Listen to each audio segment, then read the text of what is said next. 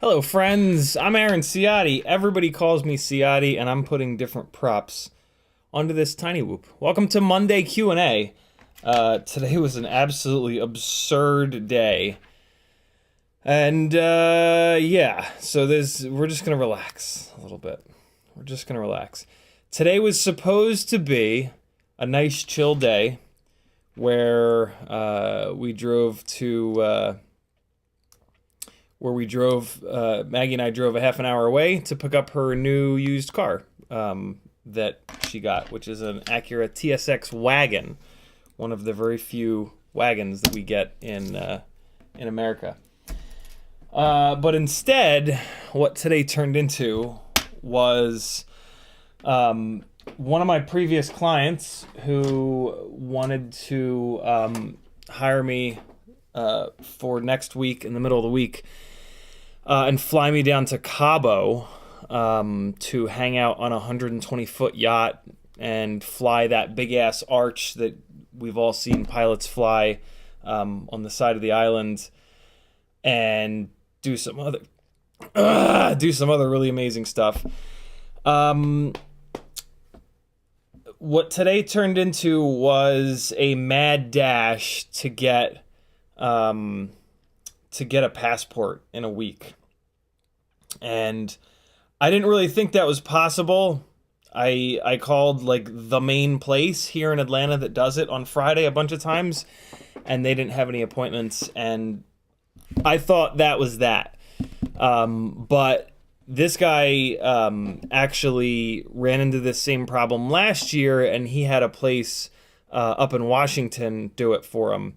And so this morning he passed along their info, and he said, yo, they can do it like right now.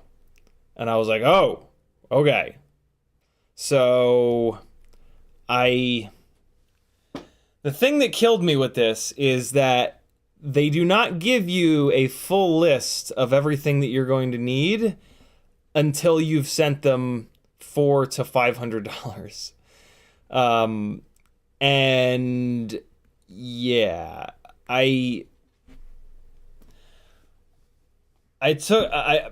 really wish that they had, because I would have probably said no. I took one hell of a risk, and then there was I've spent almost $800 today to try to get my passport in a week.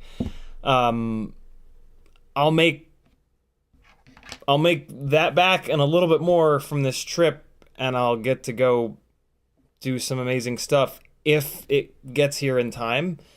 If it doesn't get here in time, then I made a horrible mistake.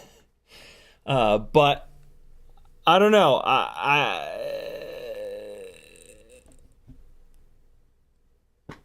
I'm in it now.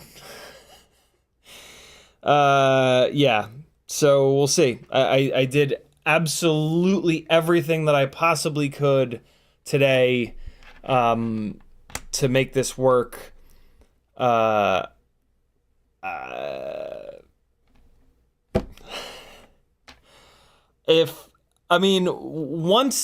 that had happened, I was kind of like, well, I'm in it now. And, so it piled up, and there's a bunch of other stuff that you have to do, and yeah. But to the best of my ability, I got everything that supposedly they need into an envelope overnight before their last delivery driver showed up. Notarized and all the things. So we'll see, man. I am absolutely scared shitless. Like if this doesn't happen, like this is gonna be real bad. Like I don't have $80 to spend, let alone 700 and whatever the hell it was. But I don't know. I did what I could. I oh my god. I hope that someday I will get to the point where I can say no to jobs. But I'm not there quite yet. Unless it's like something completely, insane. Unless it's like a dangerous thing that they're asking me to do, right? But yeah, I mean, right now, if I want to be a full-time FPV pilot, for the most part, I guess I kind of sort of had to do this. Like I said, if I'd known all the things that they were going to ask for, I would have absolutely said no. Kind of pissed that, but I mean, it makes sense. It makes sense why this company would kind of hide the unbelievable list of stuff and this huge checklist of shit that you need to do. But yeah, that was kind of weird, but I would love to say like, well, at least at the end of this, I'll have my passport, but it's like $60 to get your passport versus like 760. So like, yeah, this will be real bad if it doesn't show up in time, because I'll also lose the money that I was supposed to be making from this gig, and I'll just be completely assed out for this. So I don't know. Cross your fingers and toes. Not that that'll do anything, but here we are. McConnell Studios was first. C Bagsy was next. Northern Tier FPV Glow Stick Spinning. Frank Nicholas Thurnberg 2500. Denzel the Terrible. B-Man FPV. Metal Dirtskin. Ben Warner. Bitterroot. Scott FPV. Kenny Kobe. B-Man. Ram Donko. Jackalope. Jason Black. PJ. B-Man again. Tommy Brickler. Dan Zilla. Riot 9. B-Man again. Bitterroot and Jason Black. What's up, friends? If you want to talk directly to me, all you got to do is type CiottiFPV. If you do it, it'll light up an orange like this. This is my full-time job. I rely on support from beautiful people like you, especially in the current season where the flying gigs just completely stop. So if you have a couple extra bucks a month, the best way that you can support me is by jumping over onto my Patreon, which is linked on CiottiFPV.com. For $3 whole a month, you can support me. It makes a gigantic difference. I know that doesn't seem like a lot, but when a whole bunch of you do it, it literally allows me to do this full time. And when I do this full time, I can do a better job at it versus me getting a 40-hour-a-week job and just doing like 1 or 2 live streams a week, where I haven't really had any time to prep or build or do anything. So if you have a couple extra dollars, hop on the Patreon. You're going to get way more than $3 a month in content and undying gangly love from yours truly. Yours truly. My mouth probably won't work tonight. I have not experienced the amount of stress that I experienced today in a long time. This has been a really nasty day, to be completely honest. But it's all right. And we actually even did manage to make it up to, or make it down to Atlanta to pick this car up, which was great. And the car looks awesome. And Maggie is super happy with it. And that's kind of all I care about, to be honest. Like, she's what's important. And all this other shit can go away tomorrow, and as long as I have her in my life, I'll be super happy, and I'll figure out a way to make ends meet. So yeah, that was awesome. And we got a very low mile, low production number, pretty rare car that should hold its value, and it's just awesome. Although, I mean, this could be sort of a forever car because it's in amazing shape, and it's got a K24, which is arguably the best motor that Honda has ever produced. And yeah, it's just a really solid car. And it's basically a Honda Accord, and Honda Accords just run forever. So yeah, this looking at this as like a literal investment, like it could be a good one. So, because yeah, it's got a lot going for it. So yeah, pretty exciting. I wanted this day to be like, I wanted this day to kind of be about Maggie and be about going to get like, and she's worked her ass off to look at cars and learn about cars, and she's been like super understanding of me, you know, mansplaining things inadvertently as we do. And yeah, I was really hoping today that it would be like a nice chill day where we go get the car and enjoy ourselves and cruise it around a little bit. And it definitely did not turn out like that. But yeah, she was a huge help today, and I'm just super lucky to have such an amazing human being in my life.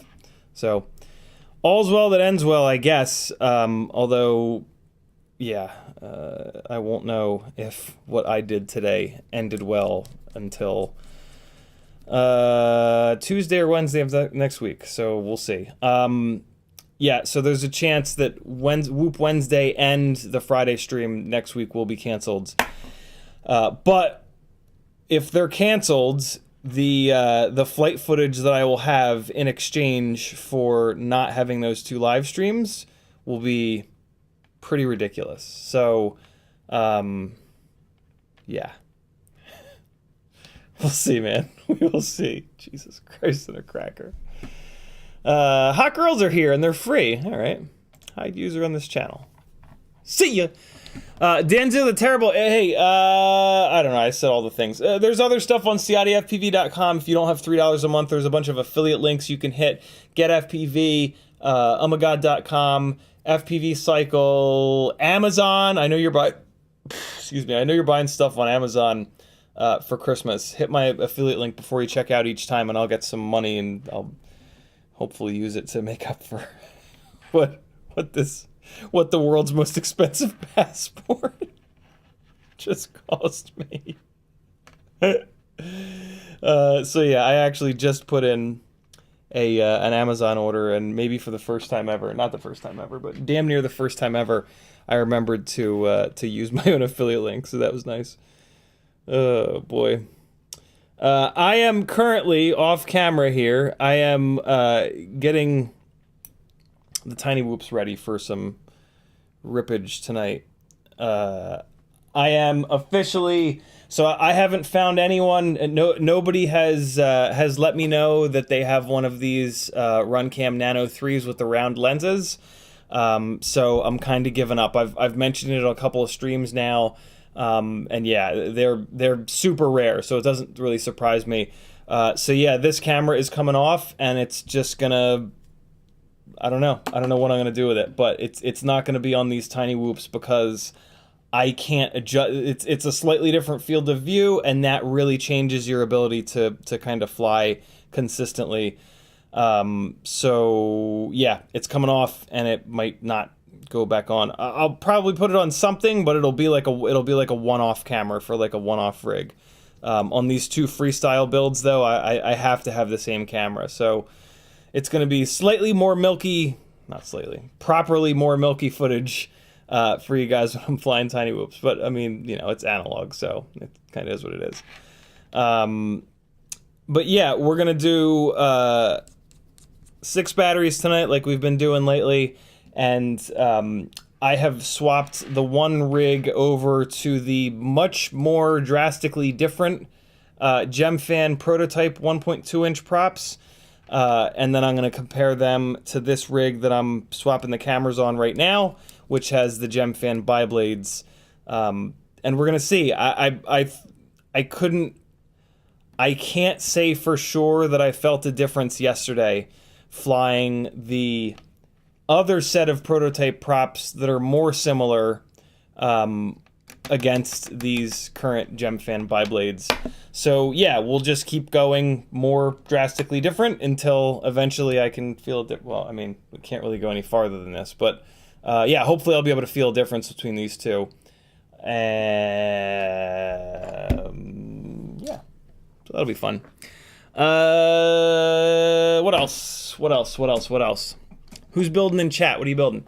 B-Man says, what's up? Denzel the Terrible says, hello, Gangly Collective. Yo, CiottiFPV, happy Monday. Ben Warner says, hello from Idaho. Matt Edwardson says, can you remind us your trick for tiny whoop motors that throw props? Super glue? 2 different tricks, Metal Dirtskin. My current favorite trick is to take my really fine-tipped tweezers. The tips of these are super sharp. You could use anything that's super sharp. And I put just one of these little guys inside the propeller, and I spin the propeller around in order to leave a groove on the inside, you know, so you got the inside hole of the propeller, and then I'm leaving a groove in there and just raising some of the plastic so that when you put it down on the motor shaft, it's just got a little bit more bite. That's been working phenomenally well. You just stick this in the propeller, spin the propeller around, and yeah. The other way to do it is to take a pin, something that'll fit down the motor shaft, put the tiniest little bit of super glue on it, rub the super glue inside the propeller hole, and then let it dry. And when it dries, it just has a little bit of texture to it in there. So when you put the prop on, there's a little bit of texture on the inside, and then it doesn't fly off. But yeah, the really sharp thing, making a groove on the inside, has been working great lately. So yeah. The problem with doing the super glue trick is after you take that propeller off and on a couple of times, it pushes all the super glue out and then it slips again. So the physically mangling the inside of it thing is like a permanent thing, right? Because you're moving the plastic around in there, and then it just makes it a little bit tighter. Scott FPV says, what's up? PJ says, full send for Cabo. Hopefully, man. B-Man says, gotta bet big to win big. I guess. It's hard to bet big when you're struggling, but fuck. Denzel the Terrible says, hope it works out. Even if you don't make tons of cash on this gig, you should be getting some good stuff for the reel. Yeah, I mean, this is an opportunity that Maggie reminded me quite a few times today when I was losing my mind over and over again that this is a rare thing, and this is an opportunity that's very unique. And yeah, in theory, with footage like this, in my portfolio or whatever, it tells producers and just, folks that, like, I can do this. I have a passport. I have the ability to travel worldwide, right? But also, like, I have clients that are willing to fly me outside of just Atlanta. I'm actually doing the trick right now in one of these biblades. That are willing to fly me outside Atlanta just to be their pilot. And so, yeah, and I mean, it's super flattering that this guy is willing to do that, and because there are pilots there, like there are local pilots in Cabo, but the work that I did for him on that Lambo shoot, like he loved it so much that he was like, I don't care what it costs, I need you out here to do this. So that's super flattering, and yeah, he'll have more work in the future, right? Like this also tells him, like, look, I'm the real deal, right? If I just said no, it's basically saying, like, you're not worth it. Like, you're not worth me busting my ass to do this. So this tells him that, like, I'm all about it. So next time he has a gig, like, he's very unlikely to go to somebody else. So God forbid this doesn't work out. In theory, hopefully I can get another gig from him, and if it's a day rate gig, then it'll all come out in the wash, and I'll have my passport. So, whew, crazy. Jason Black says, you got this, man. Thank you, homie. B-Man FPV with a $19.99 super chat. Thank you, brother. He says, sending you good luck bucks, brother.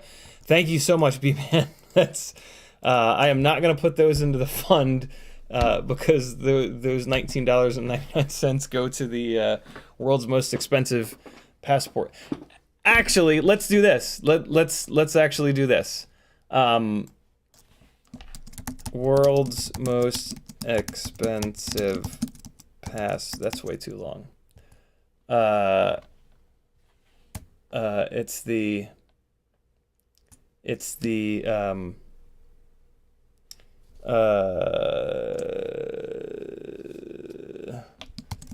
Passport from Hell Fund.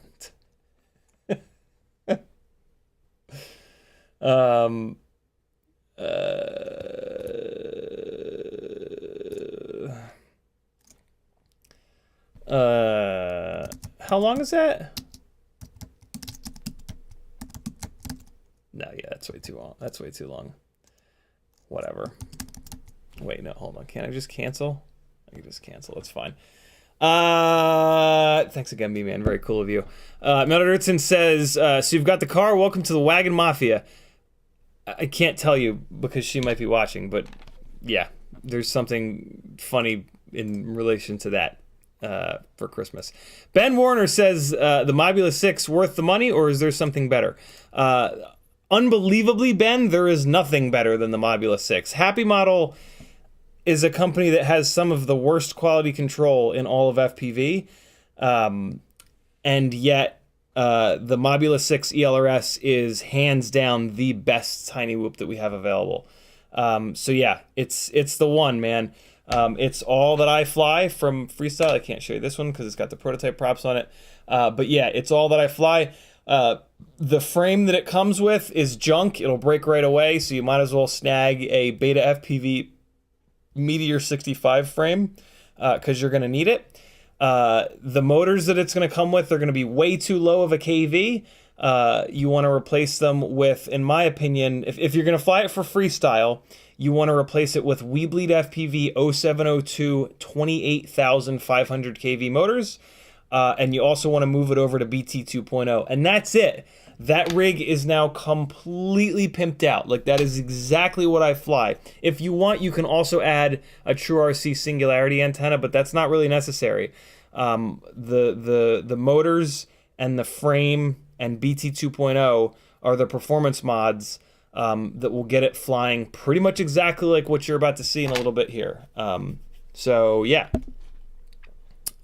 get you one. They are absolutely fantastic. Glowstick spinning with a $5 super chat. He says, "You help us, Ciotti." Thank you, brother. That is very cool of you to say. It is my pleasure to help you guys out. YouTube actually just sent me my 2022 year in review. And some stuff is insane. This is a little scary. This number, I wish this number was a lot bigger.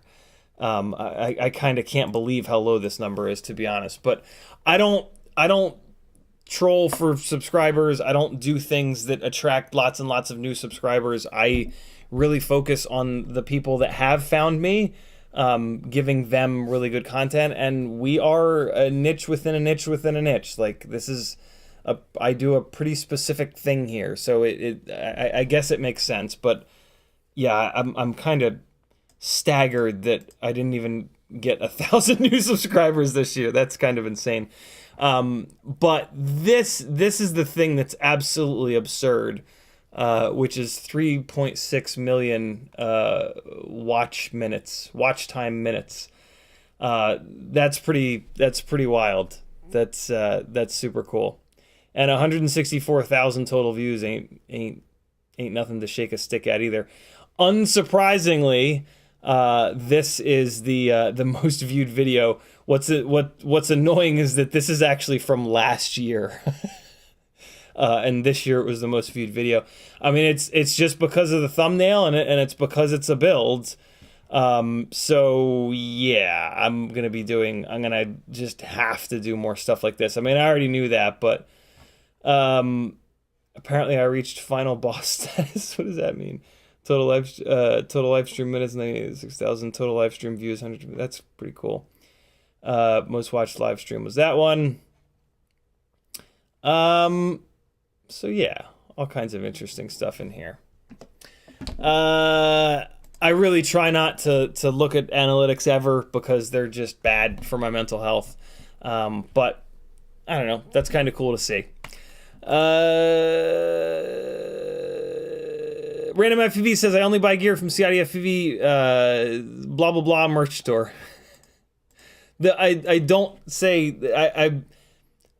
YouTube's speech recognition will ding you on how much they put you out there if you say certain words. So that's a word that I'm not saying anymore, because I wouldn't be surprised if they behind the scenes dinged you on that.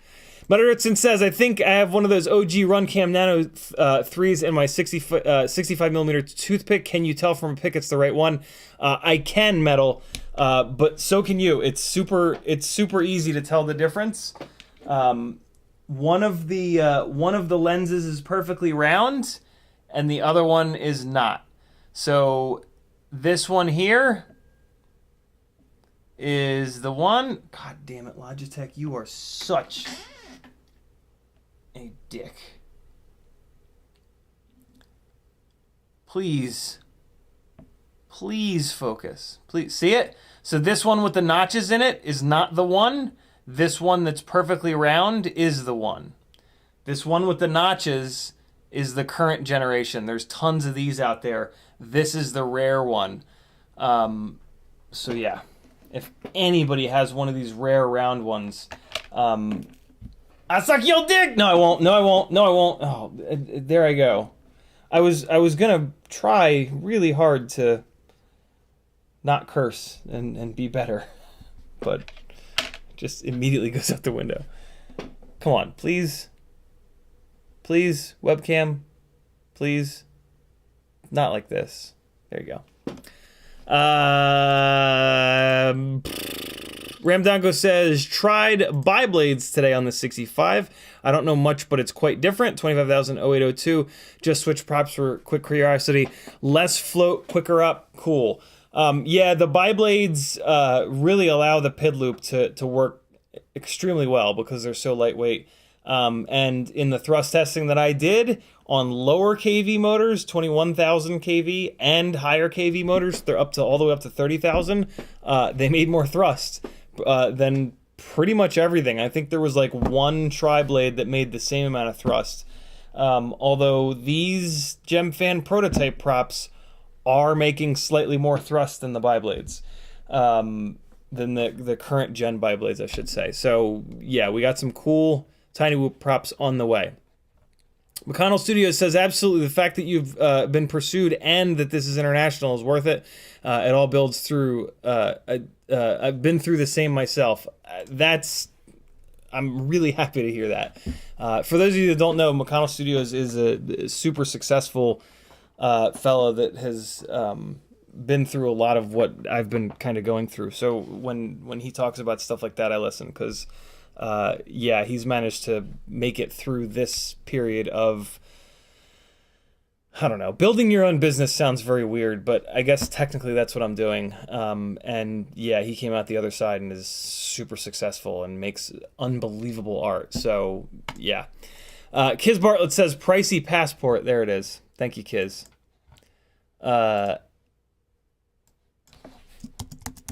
Pricey passport fund. There it is. Beautiful. No. Priciest passport ever fund. There we go. Is priciest a word? Hold on. I'm literally going to Google it. I'm figuratively going to Google it. It's EY. It's just EY. Oh, no. I need ES. Priciest. Oh, there it is. Yeah. Superlative adjective. Priciest. Priciest. Look at me. I know things. I know things with an F. There we go.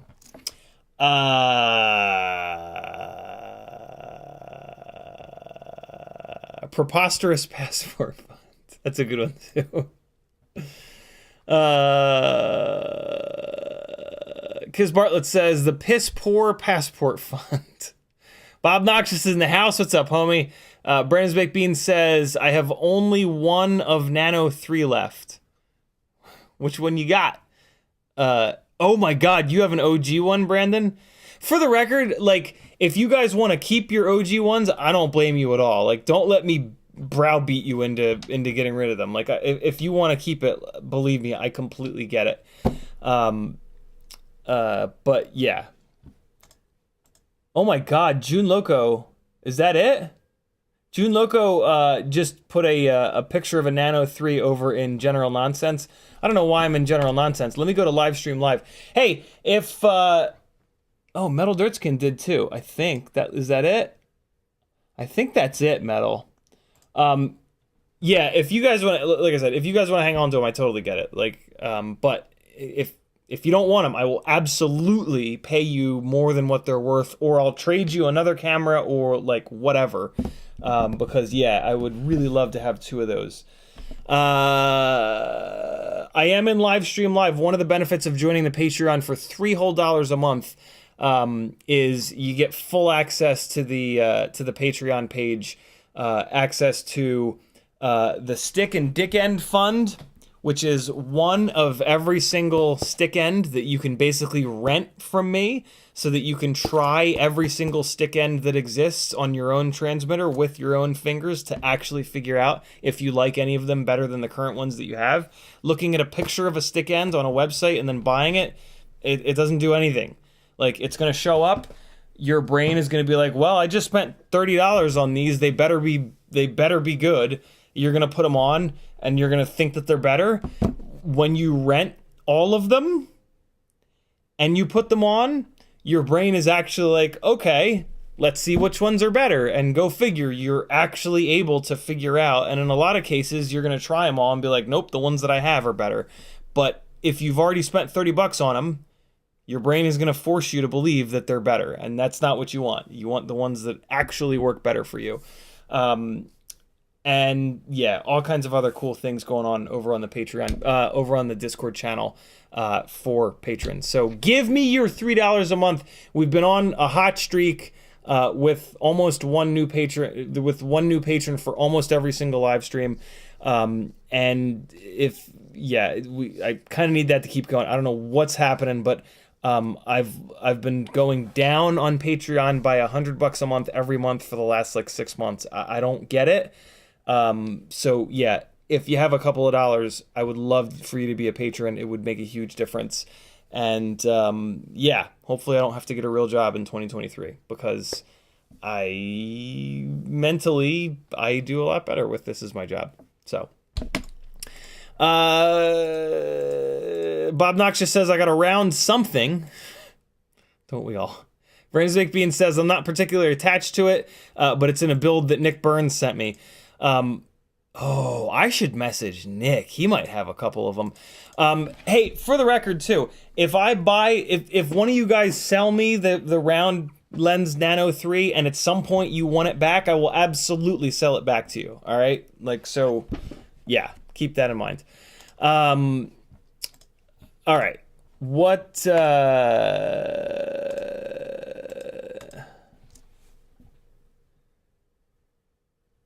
yeah, I think that's the one, Metal. There should be holes. The other way that you can tell is that there's holes in the corner of the board. I kind of need for there to be holes in the corner of the board because that's the only way that you can mount it to the Mobula 6 frame. There are 3 different versions of the RunCam Nano 3.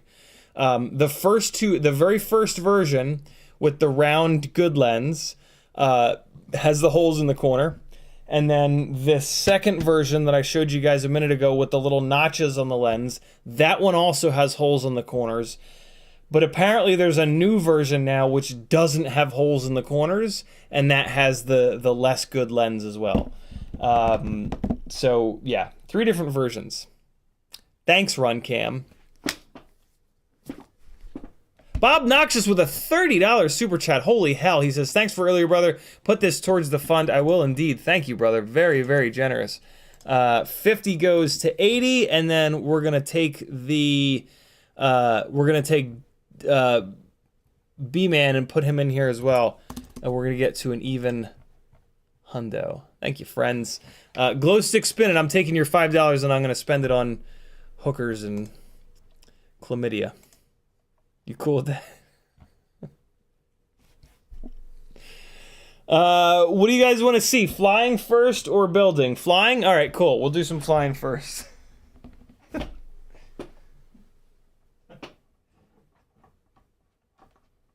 I say, what do you guys want to see, or what do I want to do first? Oh, well. All right. I got to get... My wire management has really... hit an all-time low down here. That's okay. I just moved everything around. All right. We got some batteries that are going green here. We got 1, 2. Come on, you bastard. Come unplugged. 1, 2, and 3. Hopefully by the time we're done flying these, the other ones will be ready. Why is this one wet?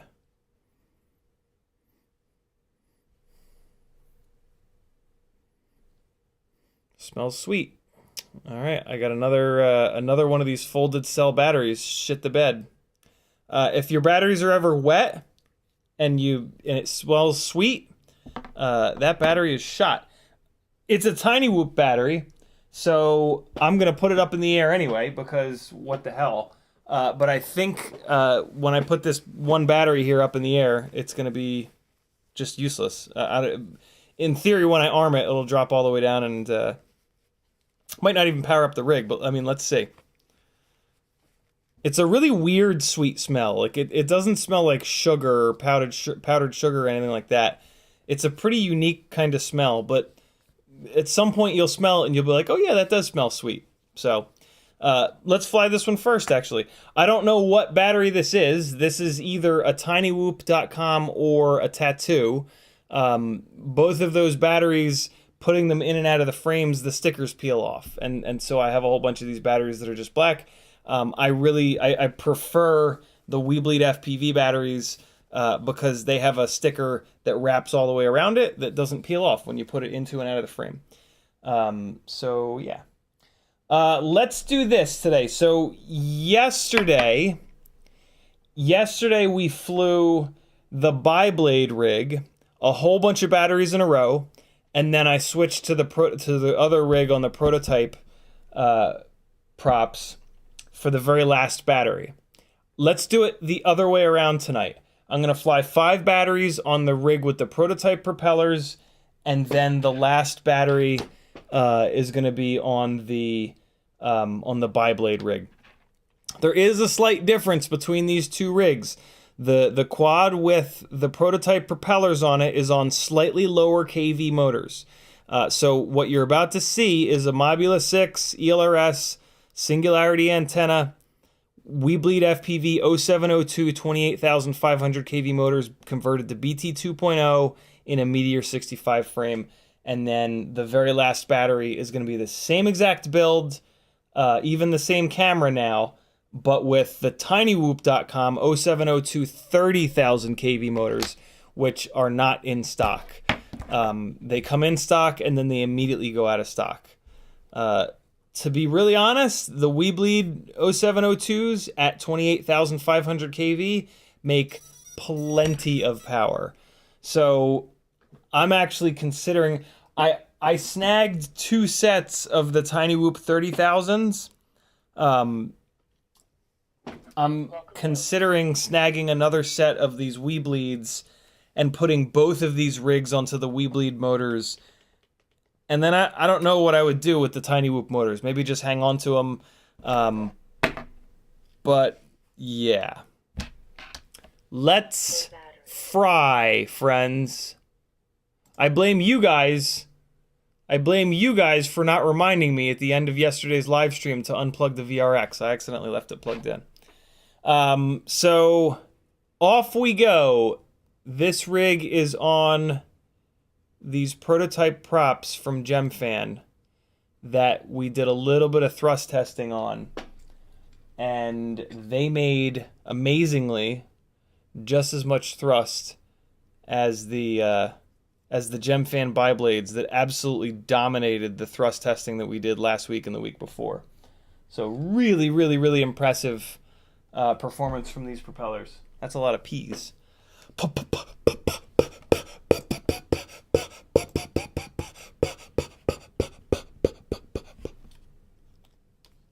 You guys ready? Great Southern says, keep an eye out at Impulse RC. Hopefully they drop my duct kit for the Apex 4-inch in the next month or so. Ooh, that's very cool. I just saw the GG emoji. That's our official, unofficial Gangly Gang emoji. Oh God, no! All right. Ah! All right, let's just relax for a minute here.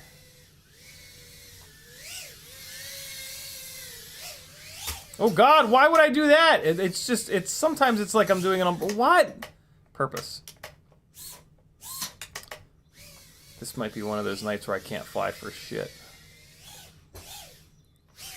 Starting to look like it. I repositioned that cool little light that I got from my parents for Christmas. Look how cool it looks. So I put it up on top of this built-in, and I angled it to shoot it across. Oh boy, look at all that dust. I angled it to scrape it across the ceiling, and I'm really digging it. It's got like a nice wide area that it's kind of splashing across here, and yeah. So I think I want to get another one and do so. I can push it back. The cable's a little too short right now. I can push it back so that, because like when you're standing over here, like you can see it. See, I can see it there. So if I push it back farther, it'll kind of disappear. And then, yeah, once I have a second one, I can put that one over here to keep the, let's check on the fly swatter. Let's check on the fly swatter gun. Still there. There it is. There it is. There's the gun part. And then there's the swatter part. So yeah, if I get another one, it can keep that company. And then I can have that splay across the ceiling over here. And yeah, man, like right now the lights are all on in here, so it's not as cool looking, but man, at night when the lights are all off, it looks really cool in that room. So we were playing around with this last night, trying to get an orbit to perch going. Might as well spend another couple of minutes here on it tonight because I didn't get it completely clean last night.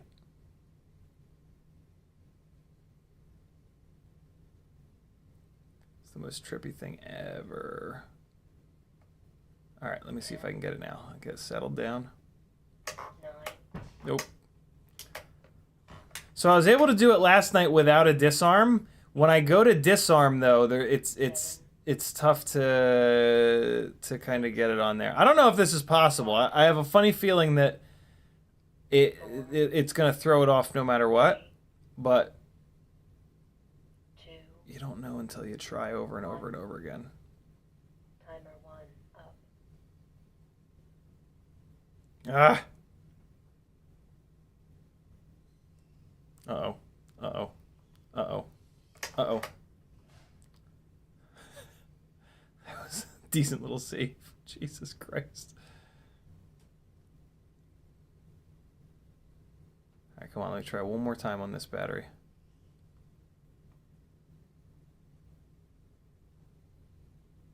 Got it. Almost, almost. Come on.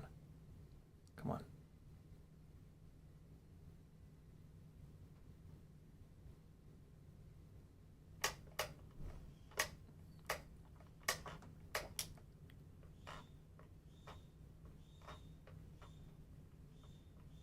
I stuck. I hear Maggie.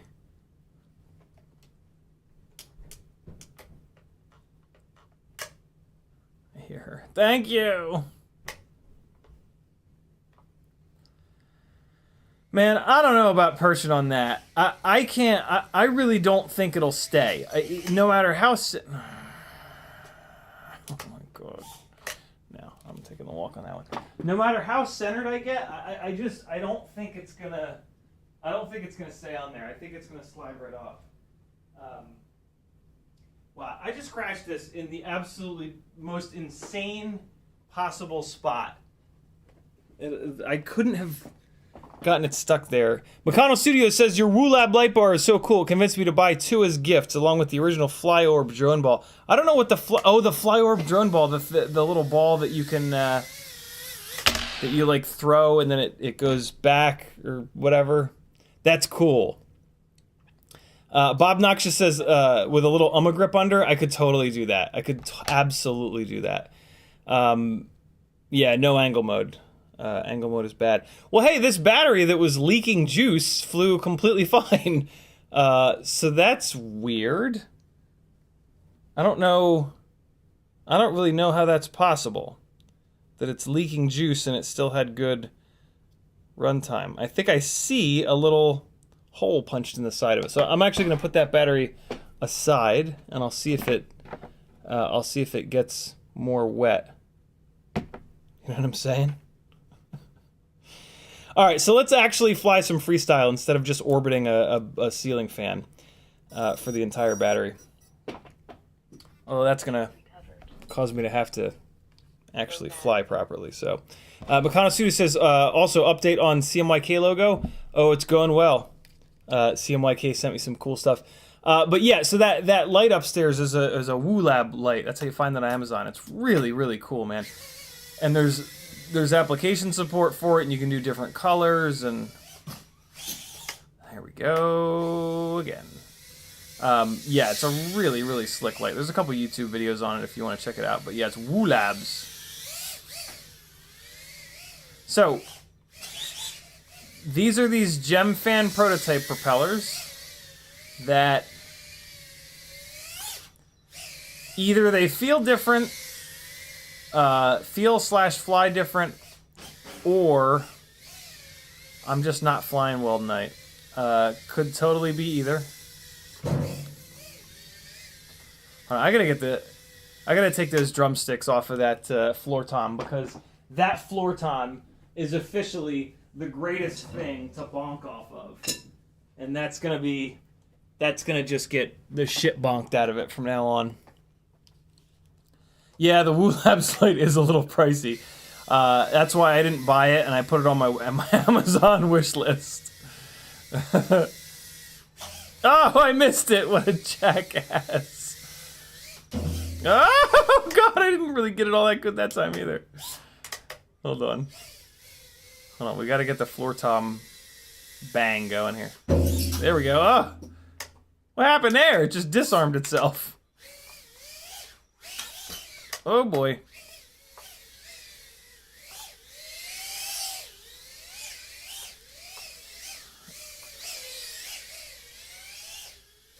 All right, time to get going here.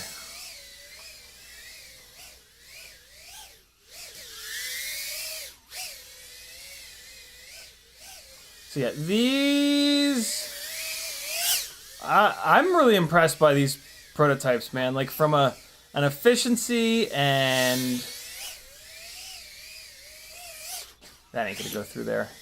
From an efficiency and like a fucking lightweight and thrust perspective, these are like winners already. Dong. Yo, crash prevention. Crash prevention like really helped on that. Really helps when I do that. Yeah, okay. Crash prevention is totally worth it if you're trying to play drums with your tiny whoop. Can confirm. Oh no! I knew that was that was like it's kind of pointed towards a gap. Just see if it goes through. That really wasn't like try to hit that gap. Oh, I clipped the 16-inch crash there.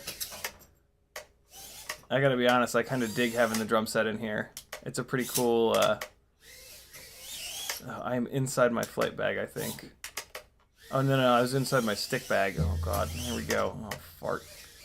Oh, Jesus. Oh, no. We're gonna get out of here, guys. We're gonna get out.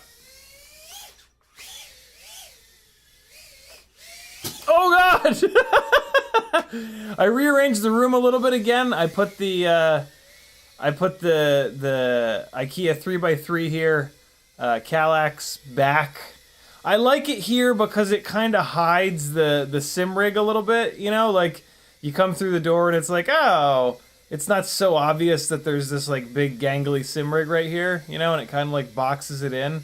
So I think I like it here. I moved the tree over a little bit. I moved this lamp over to here. I don't know if this is where the lamp's gonna stay. And then I put these two really cool mid-century mod chairs here. Under the thinking of like if there's chairs here, I got a couple of buddies who play guitar. They can like hang out here and we can jam. I mean this kind of works for that as well, but yeah, you know, really ties the room together. Oh, rejected. All right, this rig's starting to make some noises. Let me put it into turtle mode real quick. See if one of these. Ow! I had my finger inside the duct. They all look. Doesn't look like there's any bent props, really.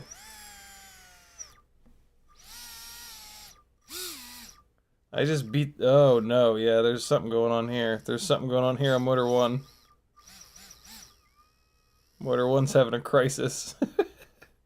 Hold on. It might just be a bent prop blade. I think it's a bent prop blade. Yeah, hold on. Let me... There we go. That should be a little better. And all right, next battery. Are any of these guys done charging? Yeah, they are. Okay, getting to grips with these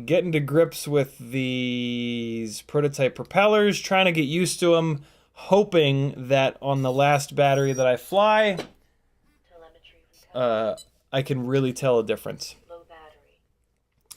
Here we go.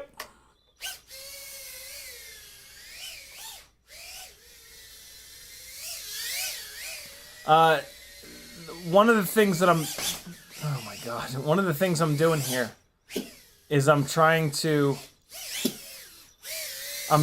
kind of fly a little bit more like a racer, because I think that's going to be the easiest way for me to tell the difference between these. Man, I'm having a really rough time tonight.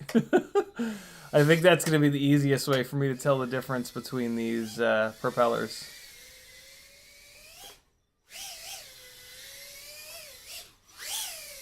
There we go. There's a couple. Man, I've missed that seemingly simple move about 80 times in a row tonight. Oh God. Uh-oh. We're on the shelf. Hold on. Forehead itches. Oh, nope. Still in turtle mode.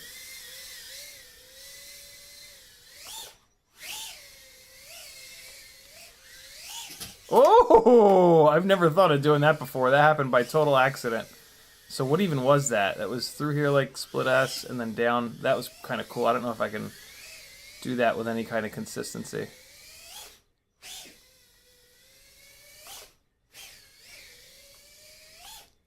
Oh, I tried to Matty. I wanted to Matty throw myself up through it and Matty flip it, but I didn't get there.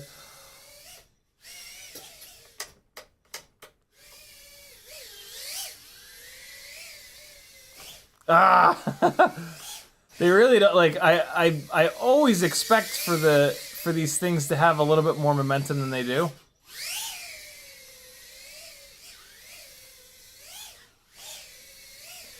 God damn, I love flying these things. When I'm flying half decent, this is some of the most fun flying ever. Ow! That was a hard hit.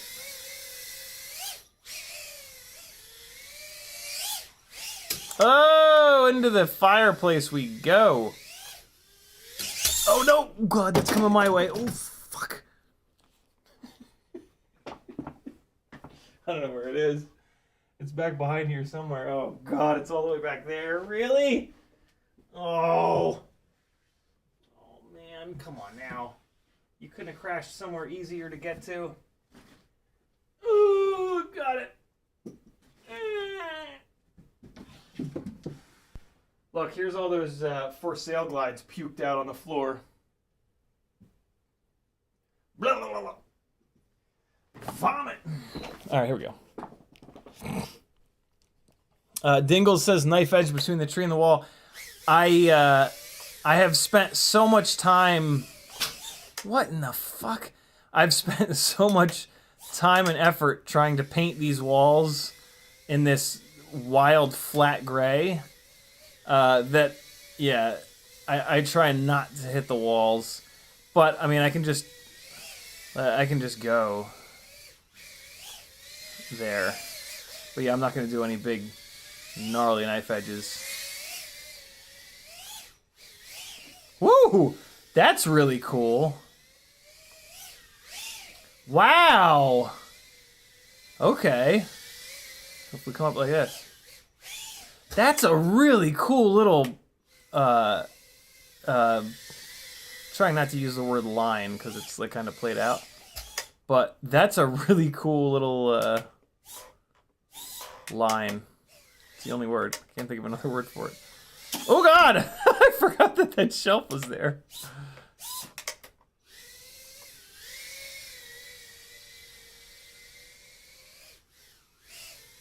I wanted to throw it up at like a wacky angle. Now we're getting into it. Oh! I thought I might miss it. I didn't make a correction. I was just like, yeah, no, it'll be all right. Yo, there are a lot of new gaps in here with the drum set over there, and with, oh boy, here we go. Ooh! With the drum set there, and then I think I'm also just like trying to fly a little bit more racy. I'm just focusing more on gaps rather than trying to do everything inverted and backwards and silly like. All right, we got one more battery. Wait, no. Either one or two more, and then we're gonna go to the biblades and see what. So we got two more batteries, and then we're gonna go over to the biblade rig and see what's what. Whew! All right, here we go. Ba ba ba ba ba ba. Telemetry recovered. Open a thesaurus. How dare you? Low battery. The reason why the word like line is played out for me is because like back in the world of motorsports, it's just like, oh, what line do you run? What line do you run? It's just like a constant fucking thing. So that word is just kind of played out for me. And like, yeah, it's a word that like new people would overuse and like not really understand that there's a lot more to it than just the line that you run. So I don't know, it's just one of those weird things. I don't think I went through that gate, but I didn't crash, so I'm cool. Oh, this battery did not last. Jesus, look at it. It's all the way down at 3.46. 45 seconds in. Hello! Oh no! Hello!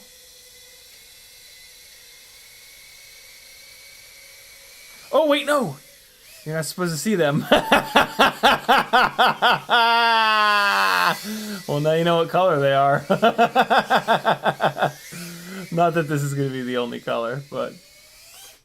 Oh, there it is! I didn't think I was going to get that. Oh, God, hold on. Oh, boy. Wait, no, I'm not going upstairs. This battery's about to go dead. Oh, man. I got another one of these folded cell batteries that is shit the bed. That is a very low runtime. And it's another unmarked one. So I don't know if it's a tattoo or a tinywoop.com.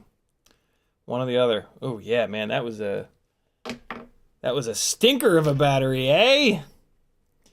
All right, one more unlabeled battery, and then we're gonna swap over to the biblade rig.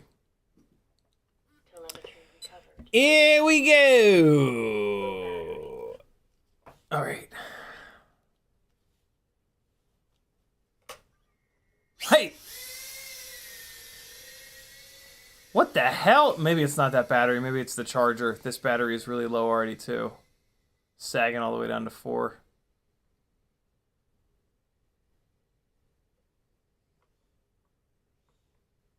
That was not good. Let's get a proper Christmas tree dive going. There we are. Now we're talking. Oh, God.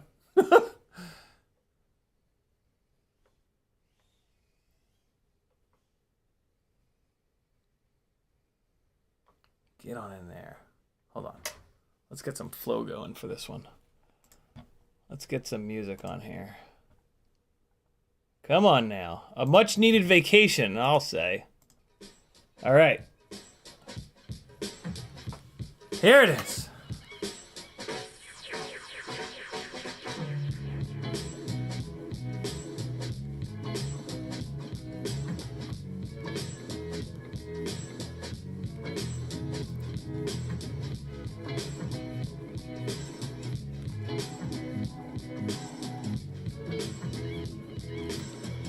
Fly a little differently.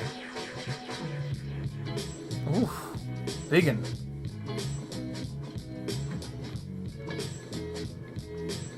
Oh, the fan was kind to me on that one. Oh, I just drove right into the garbage can. Let's get the big power loop to Christmas tree dive. Nope, not quite.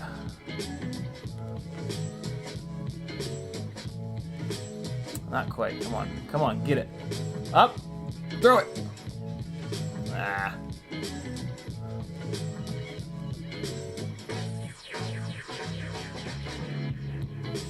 Oh, God. We're falling down the stairs together.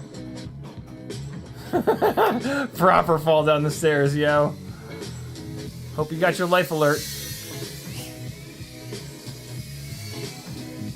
Oh, that would have been sick. I was just like committed to that roll and yaw. That would have been gnarly if it had gone through that gate. Oh. Ooh, the drum set power loop. I didn't even think of that. Oh, for fuck's sake. Let's get it. It's hitting shit on the way down. Oh, fuck. Come on, let me out. Let me out. Nah, I'm taking a walk. How can I power loop the drum set? That's an interesting one.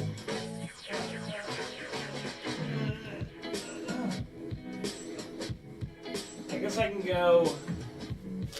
What path is there to power loop that? Can I go like under here maybe? Yeah, through there, through the hi-hat, maybe like... Oh man, I can power loop the whole... The trick is power looping the whole desk, isn't it? Oh, this is gonna be dumb. Oh god! It's coming right at me. Here we go. Oh! Oh! Oh! Nice little bass drum perch. Here we go, trying again. Oh my god. Alright, come on now. Come on now.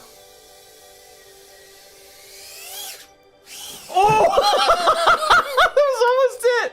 I almost did it on the first shot, holy shit! Oh! What? Oh my god! I can't believe I just did that! That was so gnarly! There's a dive gap right there. Oh my god, yo, that's fucking crazy. There's totally a dive gap there. Oh my god. That's really, that is super cool. This battery's done. Oh, yo, that is fucking cool. All right, we're gonna go over to the, biblade rig, and I'll see if I can feel a difference. Here we go. Last battery. Oh man, that was fucking cool, man. That was really cool. I like that line a lot. All right, so yeah, this no longer has the really nice camera in it. Although, man, I think the VTX works better in this rig, because that image is just, there's no static.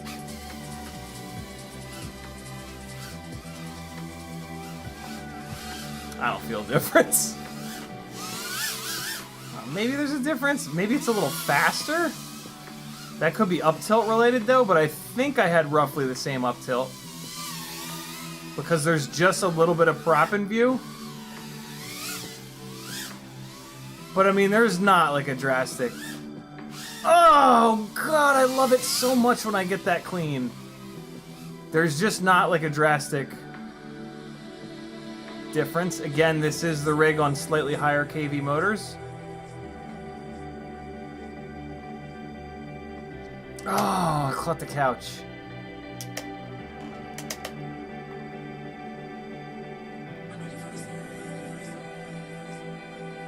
Oh, the fan tried to get me. Why not backflip back through it?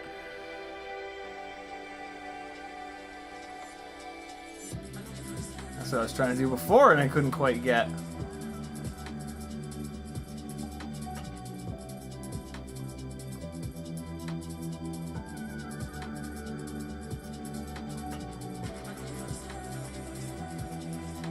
Oh man, I'm trying to turn the stairs down here into like a big corkscrew. But man, the walls are so close. Maybe I can feel a difference. Maybe I can feel a difference. It might feel a little bit looser, but I like that. If anything, I like this better. But that could just be because I'm used to it. Will it go through? Almost. Oh, so close again. Oh, don't you. No. Come on now. Be cool. Come on out. Come on. Yeah, there it is. Oh god, that was that was pretty embarrassing. Oh shit, not as embarrassing as that. Ah, come on, you little jerk. Oh, am I behind it? I'm behind it. Oh shit. Oh god. Oh, the humidifier's got me, or the dehumidifier's got me. Come on, walk it out, walk it out. Come on, walk it out, walk it out. You can do this. Don't make me walk 10 steps across the room.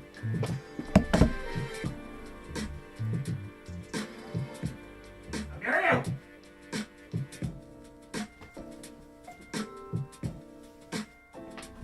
Okay. All right. Here we go. No, no, no. Yes. All right. Let's try to drum set power loop again. Oh god, no! Oh no! Oh no!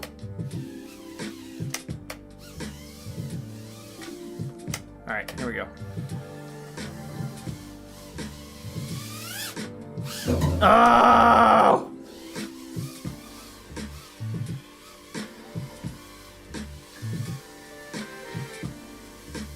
Line it up. Oh god, no! I don't like this power loop because I'm like in the death zone over here. All right, so I know how I get it. So the full Magilla Gorilla is to like run it down here, turn the corner, run that. Ooh! Full Magilla Gorilla. Oh no. Oh! All right, we'll get it next time. We'll get it on Wednesday. Woo, boy. Man, it's very similar. It's very, very similar. I do think I like the biblades better, though. I gotta be honest. I can't like put my finger on specifically like what the hell's going on, other than maybe like it just seems to kind of glide more and slide more with the biblades, which would make sense. But man, it's subtle. It's not like oh, I can't fly because of these prototype props that are completely different or anything like that. So yeah, I don't know. I will say that these prototypes did get like more bent up. Like the biblades, there's less spots to hit. And yeah, the biblades just seem to be really, really durable. Are you old enough to know Magilla Gorilla? I am 41, Morton. I don't remember Magilla Gorilla, though. Magilla the Gorilla. I don't remember what the hell that's even... Was that a whole show? I don't remember. But I'm definitely older than I look. Wait a second. You saw nothing! Man. Flying tiny whoops, bro. Bring on your fucking remote ID. I don't give a shit. I'll fly these forever. Man. That is just way too fun. Way, way, way, way too much fun. Alright, let's do some slightly less fun stuff over here on the bench. Less fun for me, at least. Let's see if I missed anything in the chat. Melderitskin says, fly the whoop into the drums and cymbals one at a time. We'll edit it into a fat beat. I did that on yesterday's stream, Metal. We're gonna do that more, though. We're gonna do that more and more. Dingle says that battery was at storage charge before you took off. I rewound. Okay, cool. Good. How's the wet battery doing? It seems fine. I don't know. Maybe like my finger was wet or something. I'm gonna put it back into rotation. It'll be fine. Did I just fly this one? Sure did. Sure did. Show enough. Okay. Man, it's cold down here. Trying to figure out where I left off on chat. Kiz Bartlett says, does the OG Runcam Nano 3 stick out a little more? It's the only Nano 3 I've managed to crack the lens. That's a good question. It's a completely different lens, so maybe it does stick out a little farther. It does. It does indeed. It absolutely sticks out a little bit farther. Just maybe like a millimeter. Alright, cool.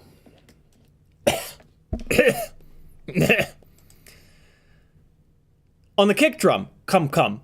On the kick drum. Says B-Man. I fucking love that movie. Update on the CMYK logo. Here, let me show it to you guys. Oh, that looks dope.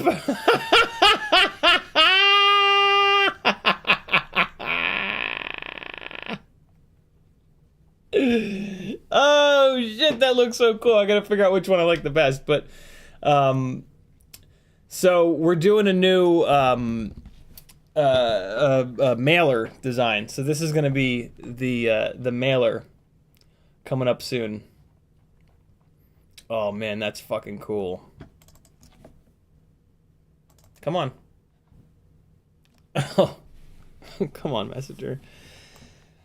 Be cool. Hey, move it over here. And then I'll move it back. And then I'll move it back. And then I'll move it back. Oh my goodness, that is cool.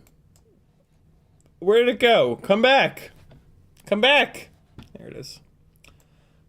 So yeah, I gotta figure out which direction the stripes go. Originally, I'd envisioned the stripes going up vertically, but man, they look cool diagonally. Home of the Whooper. What do you guys think? Horizontal stripes, diagonal, or vertical? I don't like the vertical because it makes it as if the stripes are a part of the purple. This is the way that their t-shirts are, which is where I kind of stole the idea from. The Burger King employee t-shirts have these stripes. What I'm going to ask CMYK to do is this same horizontal version, but this tan stripe really thick because that's like the bun, and then the dark brown stripe really thin because that's the meat. And then the green stripe kind of thin as well. That's the lettuce, and then the red stripe kind of thin. That's the tomato. That's the way that the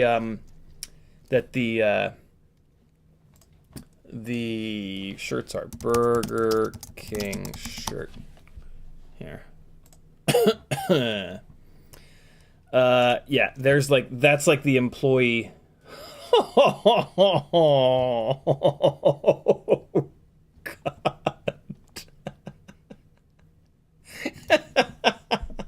There it is. There's the employee shirt.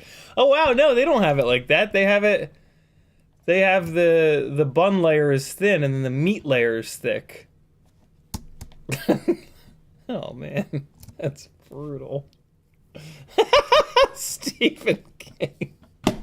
I don't know why. I find that to be so funny. The old Booger King. Can't go wrong with that. Oh man, that's brutal. For Burger King. Oh god. Yikes. Yeah, so that, oh man, that looks cool. And then it's looking like, so we're doing this one. I don't think we're gonna do the purple outline though. I'd said, hey, let's do a purple outline. So this is the Gumby font that CMYK, yeah, switched over into Gangly Gang. And I said, hey, can you do? Normally the outline is yellow, and it looks really good when the outline is yellow. But I was like, yeah, we don't have any purple in there. Can you do purple? And I don't think I like it. I don't think I like that outline in purple.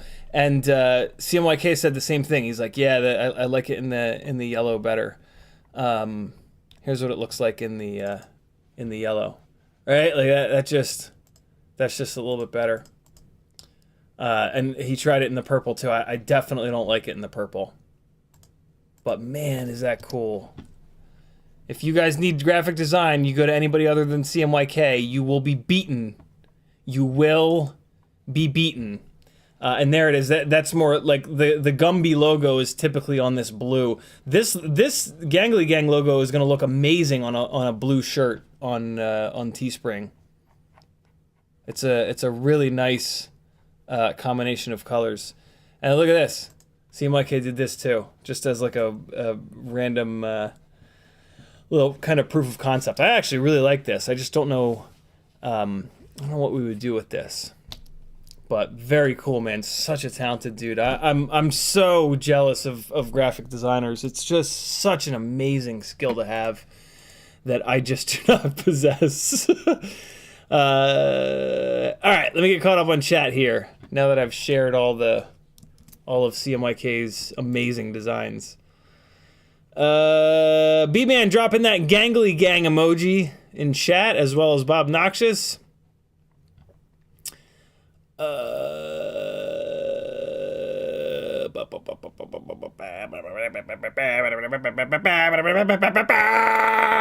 we go. B-Man says, biblades are bust at this point. Yeah, man, the biblades just fly so good. B-Man says, has no grays, makes me sick. I got a couple. I got some up here. I got some in my beard. But yeah, my dad did not go gray until way later in life. He had like jet black hair for a lot longer than I've been alive. So yeah, I probably won't be all grayed up for a while. Jason Black says, are you at least ready to go, gear and all, to Cabo? Not even a little bit. I've not even started because I just didn't think it was going to happen. But I mean, the flight out isn't until the 20th, so I mean, I got nothing but time. What I do need to test, I've been waiting to do this, is going props in on the Cinewhoops. So either this Wednesday or maybe this Friday, I'm going to try to do well, no, it's not going to happen Wednesday or Friday because it's going to be dark out. I guess I'll just take video of it. I'm going to do a test with the Cinewhoops. Props out, diving, and then props in, diving. Mark Spatz, UAV Tech, recently put up a video showing that that Cinewhoops, just for some strange reason, perform better with props in. Specifically when you're diving. They don't do that thing where they wind up at 0 throttle and charge forward when you're diving. If you set them up with props in. So yeah, I'll just throw the GoPro on it and I'll just get a little bit of video doing a bunch of dives out front with them props out. All my shit's props out right now, so I'll go out, fly. I'll take both of them out, fly them both, and then come back in here, throw them into beta flight, move the props around, tell it props in, and then I'll go out and do it again, and then we can just review the footage here on stream.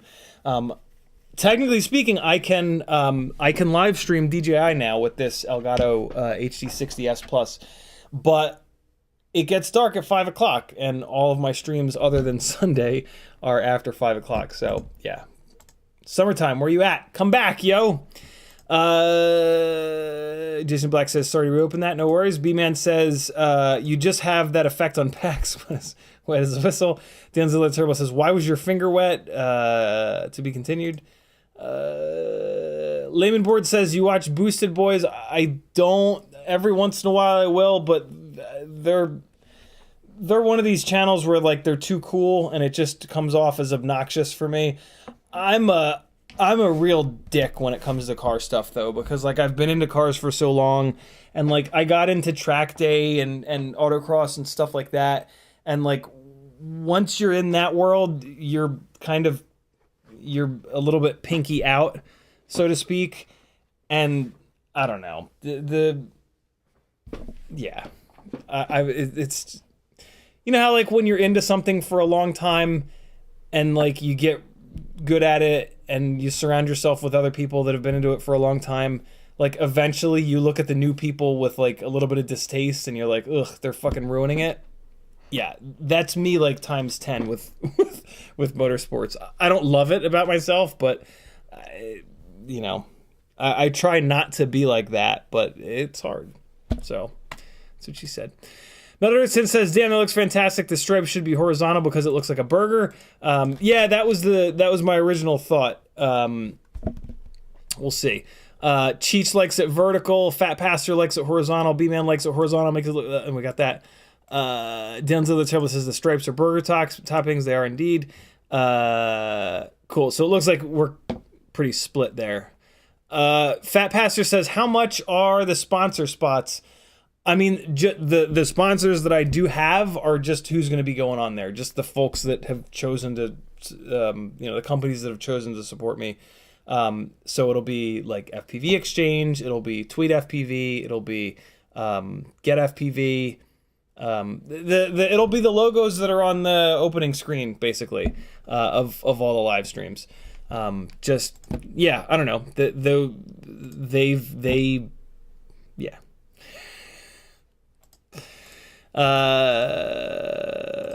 B-Man says, Fur Burgers, why is Neil Patrick Sahara so...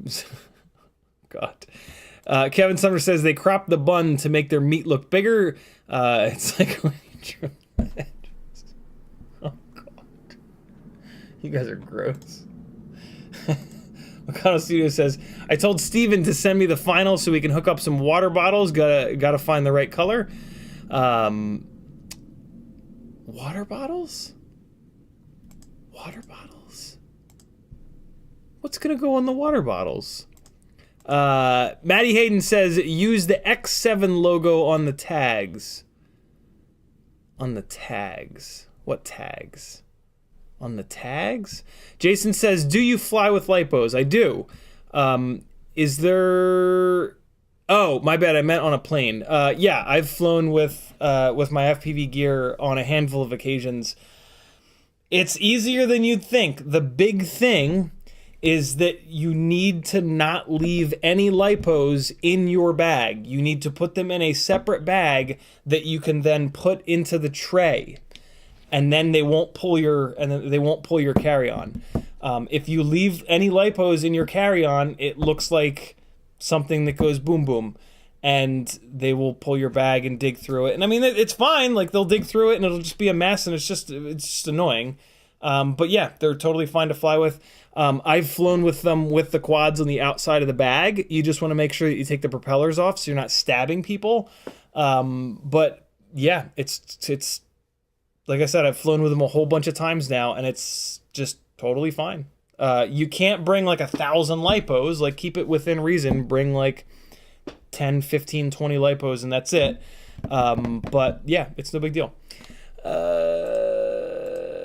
Denzel the Terrible, has CiottiFPV flown any fixed wing? I have not. I'm just not interested in it. I just, you can't crash fixed wings. You know, you can't turtle mode them. Like, I'm not interested. I'm so fascinated by quads that, like, I don't need anything else, and I kind of don't want anything else. I don't want my my muscle memory to have to adjust to anything else to make me any worse than I already am.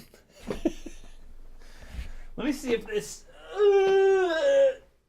cable will reach up to my fill light so the fill light doesn't keep shutting off. I kind of rearranged.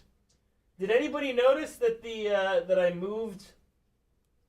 Did anybody notice that my big dumb head and face looks any different over the last couple of days? I've moved my main light sources from over here to over there, so now it lights up my right side of my head. Look at that! It reaches up there. My God, is that nice?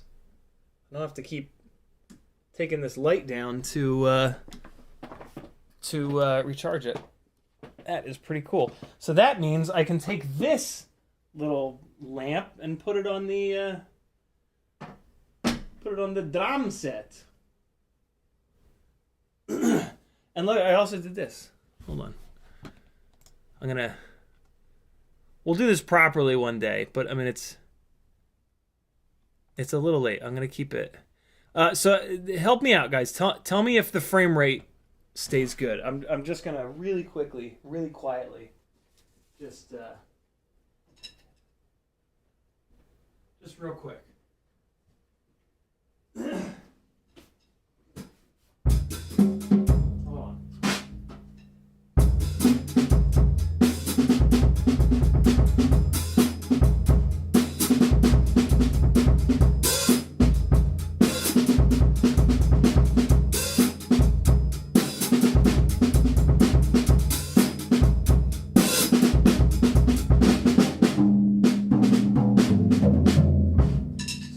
frame rate okay? Or is it jumpy? Is it really jumpy? Because previously when I've had two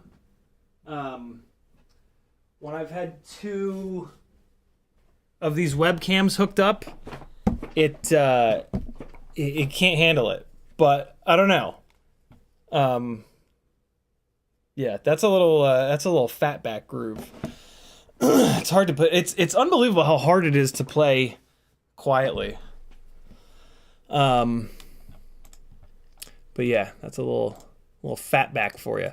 We'll do it properly one of these streams that's a little bit earlier, and I'll play for real for you guys for a couple of minutes. Not much though. I'm pretty embarrassed at how shit I am. It's funny. Like I'm of course embarrassed that like I'm not as good as I was when I was playing every single day of my life for 10 years, 15 years straight, however long it was.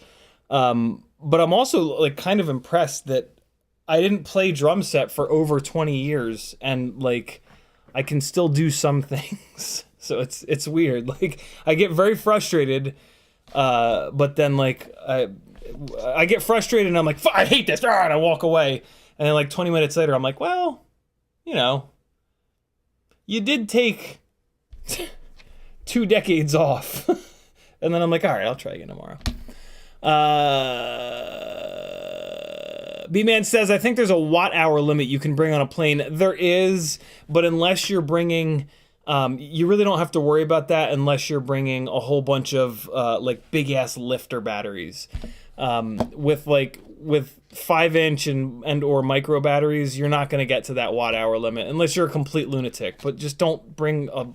You'd have to bring like a big... You'd have to fill like most of your carry-on with batteries to get to that watt-hour limit. So just don't do that. Meccano Studio says, want to use the Gangly Gang load to create laser-etched water bottles like I want to send you. Oh my god, dude, that would be so cool. Yeah, look what Meccano Studios can do. He's got a laser printer, and it can actually print on these vacuum-insulated water bottles. Thank God I didn't have any liquid in there. I would have dumped it right all over myself. Yeah, so cool. I mean, these are basically the logos that are, other than FPV Crate. That's obviously not going to go on there. But yeah, on the mailers, they'll be like FPVCycle and Gemfan and TweetFPV, Brain 3D. Maybe not Newbie Drone, because I'm just an affiliate with Newbie Drone, but that's still really nice of them. Bob Knox says, holy shit, I'm definitely impressed a little bit there. Thank you, brother. Kevin Sumner says, frame rate is good. Really? Okay, cool. Very cool. Bob Noxious says, you know how it is? Yeah, I play, but in reality, they play in their dreams. So true. Cole Power says, not jumpy, slightly dim, but no blurring. All right, cool. Yeah, I don't have any lights over there quite yet. Maddie Hayden says, if you're printing your own shirts, it's cool to have specialized logo on the tag. So for shirts, Maddie, I just let Teespring do everything. The quality is really decent. I've had really good luck with mine.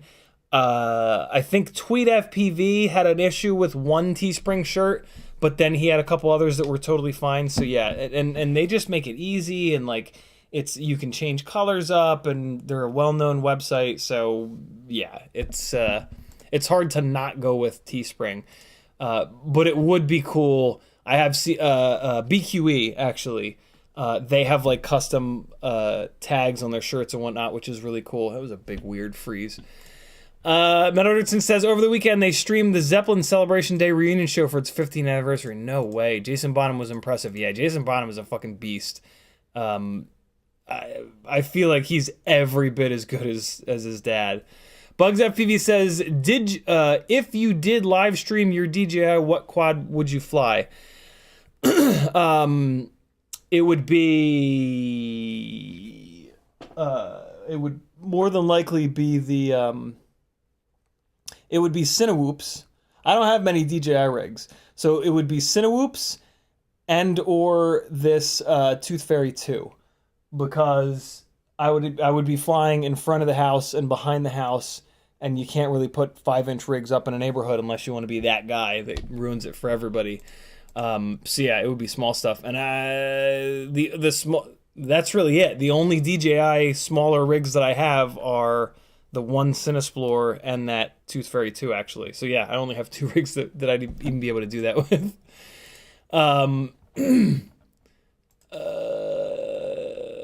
Kevin Sumner says, just noticed your passport. I'm sure you explained that already, but really quick. If you get that, can you make Cabo happen? Yes. If you want the whole explanation, Kevin, it's at the beginning of the stream. It's the first thing I talked about. Yeah. If it comes in time, I will be going. If it doesn't come in time, then I fucked up pretty bad and wasted that amount of money today. So, yeah. Oh man, I hope it fucking comes in time. Denzel the Terrible says, who told you Teespring was good quality? Every single one I get from them, the logo falls off by the second wash. Are you washing them hot or something like that, Danzilla? Because I've got at least 20 Teespring shirts that I've had for, some of which I've had for over a year, and they're all completely fine. Like, I've been super impressed by the Teespring shirts. I make it a point to do, like, all of my shirts on Teespring are the premium shirts, so I can't speak to, like, their cheaper shirts. But yeah, I've had really, really, really good luck with all of my Teespring shirts. Denzel says, nope, cold, gentle. Wow, I don't like hearing that. I assumed that, I mean, I've gotten all my shirts from them as like samples. They discount them. I hope they don't print the samples differently than the retail ones. That would be kind of scummy. Does anybody know of another shirt printing company that's like easy to use, that's better than Teespring by chance? Cause yeah, if they're gonna fall apart, I don't want them. And it sounds like a couple of you guys have them falling apart. I will admit though, I try my best to not wash. I try to wash t-shirts as infrequently as possible to make them last as long as possible. I don't do things where I sweat all that often, so I can kind of get away with that. But yeah, the ones that all of the Teespring t-shirts that I have been washed at least a dozen times, and they're as good as new. And that actually wasn't the problem that Tweet had with his. The problem that Tweet had with his is this part of the shirt did that like weird rolly uppy thing. Yeah, he didn't have any problems with the printing.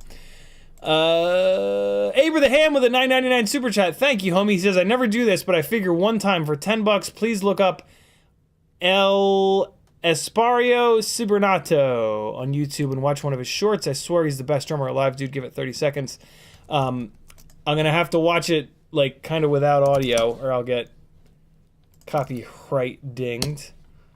But let's take a quick look here. Oh man, 66 Samus has a video with him. That's gnarly. Hardest song I've ever played. Gaia, Chris Coleman cover. He's got a couple of playing Bat Country with one hand. No, I don't want one hand. Billie Jean. That's not all that impressive. 8 years of drumming progress. Why talent is a lie. I like this guy already. Oh, that's him playing one hand. I don't want to see him playing one hand. All right, hold on. The hardest song ever. Let's. I'll give 3 seconds to it.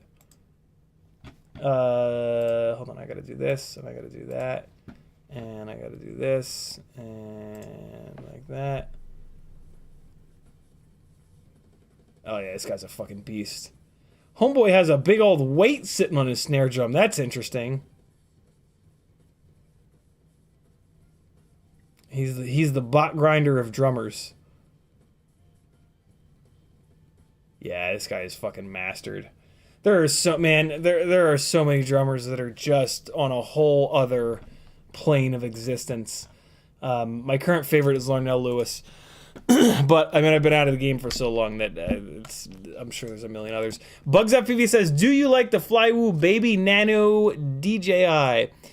I don't think so. I think that the Flywoo Baby Nano is the one that is a toothpick that they then say is a tiny whoop because they have stupid little guards for it, and these little tiny whoops, not tiny whoops, toothpicks. I just don't understand them. Now, I mean, fair warning, I haven't flown this exact one, so maybe this one is magical and the one that I build is just garbage, but I just don't like the way these little things fly. So yeah, I will almost certainly not like this one. Let me see what the motors are. The motors are 1002, 15,500 kV. Yeah, so although it is on 2S. So yeah, I've flown these little guys on 1S, and I don't like them at all. They don't have enough power. They don't have enough weight for throw. But I don't like toothpicks in general. So yeah, and this is what I was thinking of. Yeah, this is not a tiny whoop at all. This is ridiculous. This is a little tiny toothpick, or a garden ripper is the best name that I've heard it referred to. Here's my problem with this. For me, a 65 millimeter tiny whoop on 0702 28,500 kV Weebleed FPV motors flies every bit as good of this, crashes better, and is more accurate because it has the ducts to slow it down, and it's much more, you can just shoot gaps much easier. So yeah, like that's my problem with these, is they're not enough better than a tiny whoop that you can build to absolutely rail around the house to justify it. And then if I want something to fly outside really quiet, a 3-inch toothpick flies infinitely better than this. So yeah, these are just in this like middle ground where they were a super hype trainy thing for a while, and a lot of these companies made a ton of money by going, all aboard the hype train. But yeah, like I just don't get it. I can't find a scenario where these things are like the perfectly sized rig. And I've tried jungle gym bashing. I've tried flying in really technical spots around the house. I've tried flying in bigger spots around the house. Technical spots around the house, the tiny whoop flies better. Jungle gym bashing, the tiny whoop flies and crashes better and shoots gaps easier. And then bigger stuff around the house, the 3-inch toothpick is just better in all ways. It's got more mass for more throw. It's got more power. It's got more speed. It's more versatile. So yeah, I don't like any of these sub 3-inch toothpicks. But that's just me. If you love the way these things fly, that is totally valid. I'm just one gangly schmuck on the internet. But yeah, the question is, do I like them? And yeah, the answer is no. Jackalope FPV says, you selling glides? I am building 3 glides to sell, Jackalope. I was planning on working on at least one of them tonight, but now I've only got 15 minutes left. But yeah, I'm building 3 analog glides to sell. They're going to be expensive because I build very slowly and meticulously, and you got to pay for that. So yeah, but I'm hoping that a couple of folks are looking to buy themselves a really cool Christmas present, because I'm going to try to get these done before Christmas. Although, man, if I go to Cabo next week, that's going to really make that difficult. But we'll see. If I can just get like a full day to just sit here and blast through them, I can get a ton done. Hey, speaking of blasting through these, so I took on yesterday's stream, I mentioned how these are all getting the invincible Acon 35 amp 30x30 AIOs that are no longer made, and that I was going to prep the daughter board on these. And I'd said, like, shit, I don't have any epoxy left, but I have FPV Worry Free from Brandon. And I was saying, I wonder if this hardens hard enough to be strong enough for this daughter board here, and to hold this daughter board on really firmly. And let me take a super quick look here, and I'm just going to, like, wait, no, that's not the one that I did. Here's the one that I did. Let me just push my fingernail into the... See, I prepped... Oh, no. Okay. No. Yeah. So, I actually... I mean... It's probably fine because I ran a bead all the way around it. Wait, hold on. I'm on the wrong camera. Yeah, I ran a bead of it all the way around. So it's... I can pretty much guarantee... You know what? I've used epoxy that's gummy like this before. It's actually on one of the rigs. And it was actually completely fine. So the whole point here is that this... there's a secondary PCB on the center of this. And it's soldered down 1, 2, 3, 4, 5, 6 solder points to hold this daughter board down. On the earlier versions of this ESC, this daughter board was on the bottom. So when you would flat bottom the rig and you would slap it down on the ground really hard, eventually you could break this daughter board off from these 6 solder points, and then you would just have to solder it back on, and it was kind of annoying. What I realized is I could run a bead of epoxy around here, and then it would make it completely invincible. This Brandan stuff, it's a little bit more squidgy than I would like, but the fact that I have a bead of it going all the way around, I can't possibly imagine that it's not holding this on perfectly fine. That being said, though, this is the only one that I'm going to do with the Brandan stuff. I'm gonna get some epoxy to do the other ones. But yeah, there was I forget which epoxy it was. It was maybe JB Weld. It was maybe Gorilla. But one of the epoxies that I used previously was very soft like that, and that ESC is still in. I think it's the test bed rig, still has that ESC, and it's been completely invincible. So, yeah, you can probably use FPV worry-free for that, but just snag some epoxy. That's going to be, and I'll probably put a little layer of epoxy on that one just to make sure that it's completely fine. But yeah, like I said, and here's the other thing. On these newer generation of these now discontinued ESCs, the daughter board is up top. So, and when you crash inverted, which is where this is going to get pulled on, when you crash inverted, it's never a sharp crash. It's always a softer crash because you're hitting the battery and you're hitting the TPU for the GoPro holder. So I'll bet you that you don't even need to prep these anymore because this daughter board is up top, and I'll bet you that's why they moved it from the bottom to the top. So yeah, you probably don't even need to go through this extra step, but I mean, I'm building these 3 rigs like no holds barred, just meant to thrash and slam and just destroy all things. So yeah. Metadurtskin says, I'll buy at least 2 of those I'll buy at least 2 of those Home of the Whooper shirts just in case, LOL. Yeah, it's going to be fun to do that on a shirt. I'm hoping that we can figure out how to do a shirt with the stripes. I would really love that, like the Burger King actual logo shirts. I would love that, but it's probably wishful thinking, if I'm honest. So, we'll see. YouTube just did the thing. Abraham, thank you again for the super chat, and El Espario. I actually left that open. I'm gonna check that out after the stream tonight because that guy is gnarly. We got that. Abraham says, all the best drummers I can find on YouTube. Swear that dude is the best. That's wild. Check him out sometime, not on stream. I wouldn't lie to you. No, I can tell. With drummers, I can tell within about 4 seconds if they're just the gnarliest on earth ever.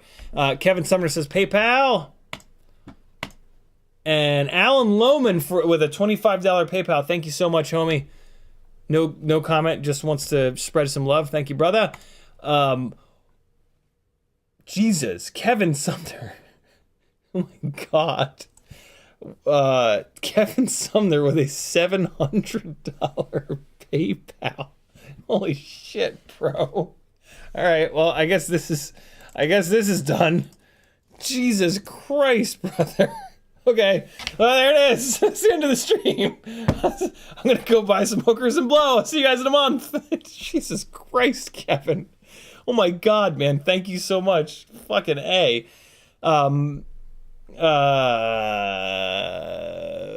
Everybody go hug Kevin Sumner to go to his channel, do something. Holy shit. Hey, nobody joined the Patreon tonight. What are you doing? Kevin Sumner can send $700, but you can't join the Patreon? Shame. Yo, no shame. I'm kidding. We at one point today, I just saw it on the printer. It was just random, but we rushed home today so I could print something out for the passport shit, and I left it on the printer, and we went right back out. Kevin, Jesus Christ, man, thank you so much. My God. Yeah, that's absurd. If you guys all don't... Kevin is also a mod over on Discord, so if your shit gets deleted on Discord, don't blame Kevin, because he's absurdly generous. There's 2 other mods you can blame, so there you go. I'm looking over on Livestream Live, well here, at a butt grinder shirt, I guess from Teespring, that just absolutely fell apart. That's brutal. Cold, gentle, shoulder seams roll up constantly. May have faded due to sweating a lot / salt. You might be onto something there, Riot, with the sweating / salt, because yeah, my Teespring shirts, like I kind of baby them for some weird reason. So maybe that's the deal. Maybe you just, with Teespring shirts, you just don't want to like pour sweat into them. I don't know, but I've treated mine nicely, and they've been like good to go. So, Jesus, Kevin, thank you again, man. My God, I'm. It's not often that I'm speechless, but I'm bordering on being speechless. Thank you, dude. Fucking A. Bugs FPV says, you like your Tooth Fairy DJI, though. I guess I need to see that build. I guess I like the Tooth... I guess I like the Vista pick. I don't like it too much, though, because I've only flown it once. It's just a TP3 with 1204 RCinPower, 8,000 kV motors, and I run it on 2S. It flew okay. So this is an example of a build that was very difficult. It was very difficult to build. It's very tight because it has to be. And those 2 things mean that this is a very difficult build to work on and to repair. When I have a build that's very hard to work on and very hard to repair, I don't fly it because I don't want to break it and then have to repair it because it sucks to repair it. The other reason, though, that I don't fly this build a lot is that I used an older AIO, which has a lot of electrical noise, even though I have not 1, but 2 capacitors on the damn thing. And I can't get the PID tune like quite where I want it. So admittedly, that's definitely a big part of the reason that that I haven't been flying this, is because it just doesn't fly all that good. The PID tune is just a little soft, and that just kind of annoys me. Admittedly, I'm also kind of burned out on toothpicks. Like the very first rig that I ever had and that I flew nonstop for my first like year and a half in this hobby was basically what it was, sort of like the impetus to what eventually became the toothpick. It was the very first generation of the Emax Tiny Hawk, and then I put it onto a bigger frame so it could swing 3-inch props. I moved it from tri-blades to biblades. I brought the weight down as low as I could, and then eventually when Bob Ruge reached out to me and had like a few nights in a row, like 2-3 hours a night for 2, 3, 4 nights in a row, it's worth of questions. He then created the TP3 frame and kicked the Toothpick thing in its ass and really kicked off the whole sort of Toothpick revolution. And like by that point, I had moved on to the heavier weight 3-inch rigs that are carrying HD cams that have more throw, and 5-inch rigs. And every time I go back and fly Toothpicks, I love that they're quiet. I love that they're super accurate, but I don't like that they're not all that durable, and I don't like that they don't have enough throw. Like, I want more mass to be able to fling them inverted over trees and stuff. I just absolutely love doing that, and you really can't do that with Toothpicks. You kind of drive them around more because they're so lightweight and they have a big disc prop disc area. So yeah, this is just not necessarily my favorite type of rig to fly, but I do want to fly this more because it is super fun to be completely quiet and like completely safe around the house. But yeah, I mean, there's no leaves on the trees anymore, and like it's been awful cold, and I'm very, very lazy. So, but yeah, this thing is really cool. This is a really, really cool build. I'm not looking forward to breaking it, and I break everything because it's, you know, it's a naked vista, and it's like everything is like a millimeter off, and everything is like on top of each other, and it's just super annoying. So yeah, but it's a great rig. I really wish I had 2 different AIOs that I was gonna put in here. And I picked the one of those AIOs that I thought was going to be better, and maybe it is better, but it's not good enough. And it's an older AIO. It's an AIO from like 2 years ago, and that was back before they really figured out how to isolate the MOSFETs from the gyro. Nowadays, when you buy an AIO, it's usually an awful lot better. I still hate them, but the AIOs that you buy nowadays are typically a lot less electronically noisy than these OG ones. So, yeah.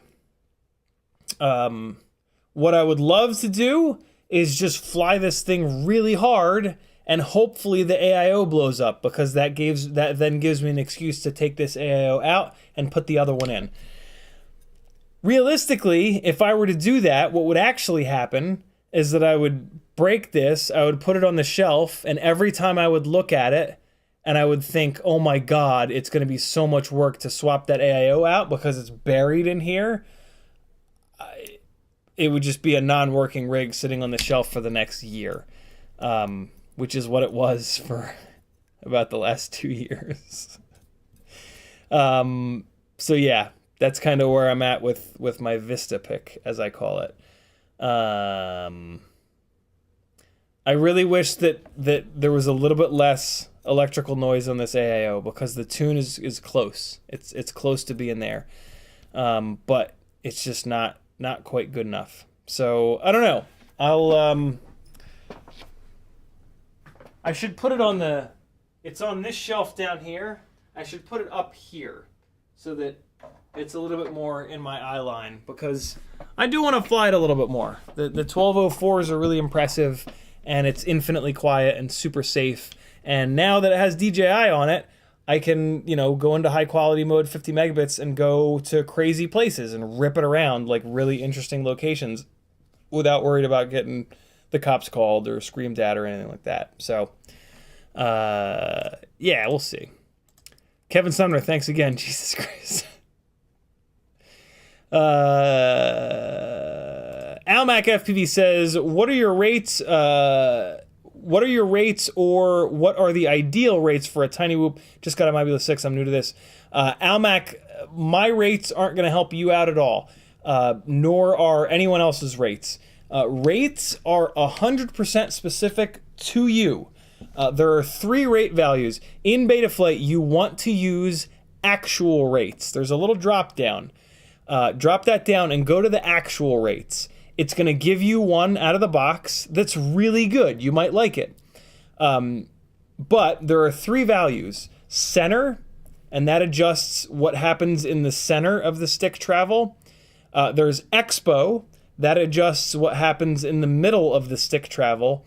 And then there's like maximum rotation, I think it's called. And that's what happens at the ends of the stick travel. The higher you make those numbers, the more the quad is going to rotate as you push the stick around. So the higher the center number is, the more active the rig is going to be in the center. Well, it actually goes backwards. The expo works in the opposite direction. The more expo, do this. Don't worry about it like that. Run the stock actual rates, and then go in there and just adjust one. So run the stock rates for 10 batteries, 20 batteries, 30 batteries, and then go in there and take all of the center numbers and make a big change. If the default center stick sensitivity is 50, change it to 500, and then fly. And it's gonna be crazy, and it's gonna be almost unflyable, but it's gonna show you exactly what that center sensitivity does, and then go back in and dump it all the way down as low as it'll go, and then fly it again. And that'll cement exactly what that center stick sensitivity does. Then figure out, go in between and find a center stick sensitivity. Maybe it's the stock value, because that is a really good value. Find a center stick sensitivity that feels good to you. Then do the exact same exercise with the maximum rotation. Go really high and then go really low, and then you'll probably go somewhere in the middle. And then do the exact same thing with the expo. Take the stock value, bump it way the hell up, and then bump it all the way down to 0. And this is how you figure out what the hell the rates are. And in the process of doing that, you're going to figure out what you like and what connects with your brain. All of our brains have a different pacing to how long we need to hold the stick over, for example, to get the rig to do a complete 360. And you need to dial your rates in to whatever your brain's pacing is and whatever your tastes are. If you want to fly like steel, you're going to have really high, crazy rates, and you're going to rail all around, and people that aren't pilots watching's eyes are going to bleed and they're going to throw up. If you like the way I fly or other cinematic pilots fly, you're going to run really low rates, and you're going to be able to produce footage that looks really smooth and kind of blurs the lines between photography drones and FPV drones, and there, or anywhere in between. So yeah, your rates are completely specific to you. The best way to learn rates, in my opinion, is to just one at a time, just focus on one, and leave your roll, pitch, and yaw rates the same. Adjust them vertically, because the vertical column is center stick sensitivity, maximum rotational rate, expo. Adjust all three of them at once. Pitch, roll, and yaw. Adjust them all at once. And that way, if you push the sticks the same amount, they're gonna react in the exact same way. At some point down the road, you might want to make your yaw rates a little bit more or less sensitive. Some people do that. I don't recommend it. But if for whatever reason that works better with your brain, awesome. Don't do that right off the bat, though. Save that until after you've adjusted them and figured out where they're at. All that being said, the stock Betaflight actual rates are damn good. So realistically, you could just run those and just fly around them, because you can adjust how long you hold the stick over for it to do a full 360. So there's nothing wrong with staying on the stock rates. Do not feel like you have to adjust them. Definitely don't feel like adjusting the rates is going to make you a better pilot. For a while, it's going to make you a worse pilot, because you're changing everything. So there's a real strong argument to be made for running the stock Betaflight rates forever, because they're a good middle ground. They're a perfect middle ground. You can fly really thrashy, or you can fly really smooth with them. And if you leave your rates alone forever, your muscle memory in your brain is going to be just dialed, because every single time you fly, it's going to be the exact same rate profile. And the PID loop makes sure that regardless of the quad that you're flying, your rates perform exactly the same. So whether it's a tiny whoop or whether it's a 2.5 kilo Cinelifter, your PID loop is going to make it so that the rigs feel almost identical and they match your rates. So yeah, tiny whoop rates, in my opinion, should be no different than the rest of your rates. There are some people that prefer to run really low, really soft and slow rates for tiny whoops because it is hard to fly them inside the house. To me, leave your rates alone and just fly more because you will adjust. And if anything, I would say lower your outdoor quad rates a little bit so that your tiny whoop rates can also be a little bit lower. But I'm a big proponent of running the same rates on all your rigs because it's all about your muscle memory. Every time you fly, you want the thing that you're flying to be as similar as possible, right? Like if you got into your car every day and it had like you got into it tomorrow and it had 100 horsepower, you got into it the next day it had 1,000, you got into the next day it had 500 horsepower, you got in the next day it had 50 horsepower, you'd be a terrible driver because every time you put your foot down on the gas pedal, either all hell would break loose or you wouldn't be able to get up to speed in time to merge in traffic and you get killed by a tractor trailer. So that the consistency is everything. So figure out what rates you like, and in my opinion, put them on every single rig you own, and then just focus on flying, man. 99% of this is just stick time. So all of your focus should be on stick time. Rates are, I'll say this, rates are way more important than PID tuning. The stock PID tune in the new Betaflight is fucking amazing. And there are not many situations where you need to change it. All of my rigs that I fly for work are pretty much on stock Betaflight 4.3 rates at this point. So yeah, if you have to screw with something, screw with rates because they make an actual difference. PIDs are a slippery slope of pain and despair that nets you practically nothing good and has a tendency to kind of like fuck things up and make them worse. And then you're like, where were they stock? I don't remember. And it's just ruined forever. Not really, but Metadartson says, I can't find anything with those 0803 motors are good. So I'm going to try them on an Nano. We'll see if it sucks or not, I guess. Which 0803 motors? I've had terrible luck with 0803 motors. None of them have, they all have 1mm motor shafts, and they're heavy enough that ends up with a lot of bent motor shafts. So I've not had any luck with any of the 0803s. I would love for someone to come out with a 1.5mm motor shaft 0803, but nobody has yet. All right, last couple of we got more than a couple. That's okay. Where are we at? All right, I'm gonna blast through these because it's after 12 already, and the family's all sleeping up there. That's a great question, by the way, Almac. Really, really, really good question. William Loesch says, any insight on when the new version of the Glide is coming? Also, what flight controller are you building with there? These for sale glides are all on Talon, which flight controllers, Talon F7s, which were made by CL Racing for Heli Nation. I don't think they sell these flight controllers anymore. It's just a CL Racing 20x20 F7 flight controller. There's really, flight controllers are very overrated. Either a flight controller works or it doesn't. There are a couple out there that are just bad, but most flight controllers are like good to go. These ones are okay. I had a couple bad Talons earlier this year, I guess it was, but you know it right away. So yeah, they're okay. You can't get them anymore though, so it doesn't really matter. And then I'm surprised that anybody knows about the new version of the Glide. I've been talking to Bob about it for a few weeks. No idea when it's coming, but it's an interesting design. I'm probably not going to change because everything I have is on the Glide, and I'm perfectly happy with the existing Glide frame. But yeah, Bob makes good frames, so it'll be good.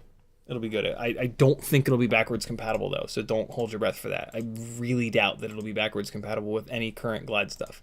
And one of my favorite things about the current Glide is the versatility. There are 5-inch arms, 5-inch True-X arms, there are 5-inch Dead Cat arms, there are 5.5-inch Dead Cat arms, there are 7-inch arms, 6-inch arms, 4mm, 5mm, 6mm, and then there's the Cineglide, different center section, pushing the FPV cam really far forward. It's just an incredibly versatile setup that you can build into, like this is a full tilt cinematic Dead Cat glide that can go really low on the camera angle. These are freestyle glides that are just brilliant with True-X geometry and arms that are the perfect thickness. This is a Cineglide over here. This is a 6mm glide designed to go 1,000,000 miles an hour. It's just really, really cool to be able to switch them around a little bit. And yeah, the True-X geometry is brilliant. Being able to put the flight controller up front is brilliant. The arms have great motor protection, and they're just the right strength where the arm will break before the motor. Yeah, so many good things about the Glide. And it is solid enough that you can push your filters you can't go crazy with the filters, but you can push them a little bit from stock, and that really the Glide allows you to remove the amount of filtering that takes a big chunk of latency out. The rigs that allow you to push the filters even further, the gains are absolutely minimal. And you get to this point where it's like, oh yeah, I pushed my filters even farther, and it's like you do the calculations and you gained 0.1 of a millisecond. That's not enough to make an actual difference in flight performance. And for me, I would rather have the filters backed off and sacrifice 1 or even 2 full milliseconds to have a rig with more filtering, so that if I bang up a motor half a mile away, I can get the damn thing home. So yeah, the Glide frame is kind of the sweet spot for me. Jackalope says, Kevin Summer, I don't know if CiottiFPV has told you or not, but I'm a 28-year-old blonde. Oh god. With large moves and empty pockets. VBN FPV says Aussies must sweat HCI instead of NaCl. Nice. What's HCI? Hydrochloric acid. Kevin Sumner says, I'm glad to do it. Merry early Christmas.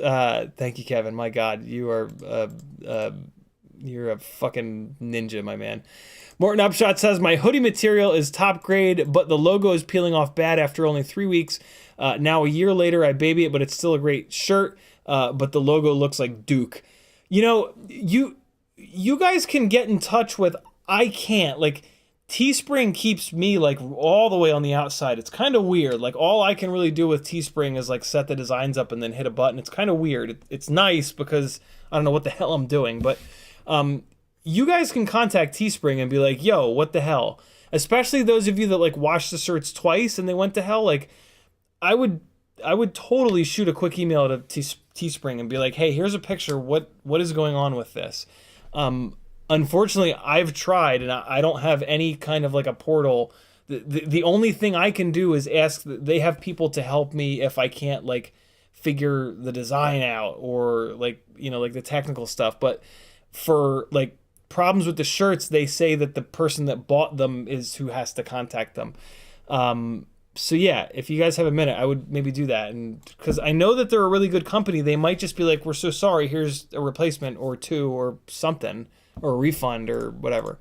And especially Morton with that hoodie, I know those hoodies ain't cheap. So I would definitely, it's been a year now, but yeah, I don't know. I would shoot him an email and be like, hey, look, I just want to let you guys know this shit ain't holding up. And this started peeling after only 3 weeks or whatever. And they'll at least give you some kind of a coupon code, right? Because companies always do that nowadays. Metalderton says, so you remember the days of the Kebab FPV Toilet Hawk? Toilet Hawk? Really? Why do I not remember that? I have to know. Toilet FPV from Kebab. What? Hold on. What is this? He's in the toilet. What is it, a toilet seat? It's a toilet seat. This is 6 years ago. Good Lord, this is old school. I'm going to drop this link in the chat for you guys. He's a flying toilet seat. I love Bob, man. He's such a cool dude. I get so mad when people talk shit. People that don't know anything talk shit on him. It's so frustrating. We are so fucking lucky to have Bob in this hobby. It is crazy that we have somebody who doesn't care about making money that just wants to make good shit. That's so rare. And he's such a nice guy. Like, the people that talk shit about him have never talked to him, because if you've ever talked to him, you're just like, oh my god, this guy's amazing. He's just a great person. Bugs FPV says, I learned so much in live streams. Thank you for your perspective. You're certainly welcome, Bugs. It is literally my pleasure to just. And that's why these live streams started. I had all this micro knowledge from all this testing and building that I'd done, and I just wanted to dump it all out into the internet and let other people take it and run with it so that we could make micros fly better. Because when this stream started, they kind of flew like ass still. And now they don't. So, Jackalope says we need to end on a Clam Man. 諦めんなよ。諦めんなお前。どうしてそこでやめるんだそこで。もう少し頑張ってみろよ。ダメダメダメやめ諦めたら。周りのことを思うよ。応援してる人たちのことを思ってみろって。あともうちょっとのところなんだから。俺だってこのマイナス10度のところ、しじみが取れるって頑張ってんだよ。絶対やってみろ。必ず目標達成できる。だからこそ、ネバギブアップ。 Even when you want to, friends, you just can't. There's no other way. Kids Bartlett says, Kevin Sumner, you legend. You know that straight after the stream, CiottiFPV would screw up to Maggie like a kid at Christmas and tell her. It's true. Although she might be watching. Almac FPV says, I've been building for almost 3 years, but exclusively 5-inch. I was just wondering if there's a calibration to Whoop, makes it more familiar. I guess I should have worded it different. No, Almac, is a great question. There is, like, even with the same rates, a Whoop will definitely feel different, mainly because it's ducted. So, but also because flying Whoops in the house, like, when you're flying a 5-inch rig outside, the gaps that you hit are like 5 or 10 or 15 or 20 feet big. And like, yes, a 5-inch rig is bigger than a tiny Whoop, but it's not that much bigger. And again, but the gaps that you're shooting are fucking massive, right? And then you try to fly in the house, and like, yeah, sure, a tiny Whoop is small, but you're trying to hit a gap that's this big, right? So you've got like only like maybe 2 tiny Whoops of leeway on either side. So flying tiny Whoops in the house is very difficult. And that's why a lot of people will go with a softer, slower rate profile with them. But in my opinion, that's actually counterintuitive, and I do not like that idea. And when I work with people one-on-one, I actively tell them to not do that. And it's harder to not do that, but in the long run, in my opinion, it is better. And in my experience, it's better too, because I played that game, and it made, like, you already have to adjust to each different rig. If you also have to adjust to the rates being different, it's just, right, like, it's just adding to that requirement to have multiple sets of muscle memory in your head. So yeah, if I would say, just be stubborn and just put the time in, put the because it's fun to fly, right? Put the time in, leave the rates alone. If anything, like I said, maybe slow down your 5-inch rates, because you'd be surprised at how low you can go on rates and still do a lot of thrashing around. Almec also says, and yes, I've been flying KISS forever now. Now that I have to use Betaflight, the actual rates throws me off. Thanks for the help. You're certainly welcome. KISS rates are going to be more similar to the OG Betaflight rates, but the OG Betaflight rates are nowhere near as good as actual rates. KISS rates are nowhere near as good as actual rates either, because they're similar to the OG Betaflight rates. But yeah, it's the actual rates are a really big deal. It basically, the why it's such a big deal is because actual rates decouple what happens in the center of the stick versus the middle of the stick versus the outside of the stick travel. So you can perfectly dial in exactly what happens in each zone. Whereas KISS rates, old Betaflight rates, Flight 1 rates, pretty much everything other than actual rates, there is bleed between what happens. And there are certain situations where you literally cannot get the rates to a point that will allow you to have the center of the stick as soft as you want, the middle of the stick as aggressive or whatever as you want, and then the outside of the stick.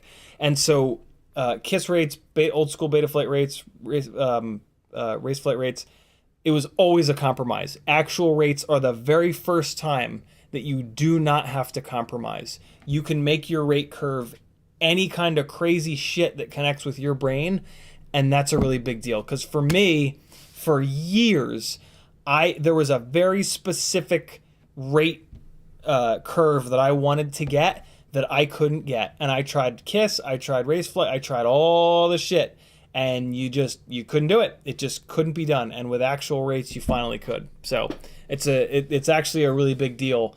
That's pretty advanced kind of stuff. Like the stock rate profiles are pretty goddamn good, and you can kind of learn to fly around them. But like eventually, as you fly more and more and more, you might want this wild rate profile because you want to create your footage to look a very specific way, and actual rates do a much better job than anything else at that.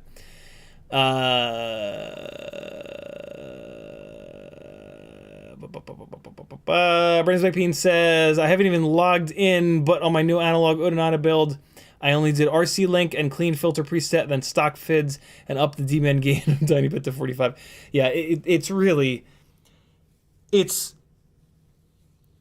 to be completely honest, it's very frustrating how good the Betaflight 4.3 PIDs and filters are, because I've put probably 1,000 hours into learning how to tune and how all this shit interacts with all this other shit, and now it just doesn't matter. I didn't go far enough to where I like really dove into black box, and black box still does have some value.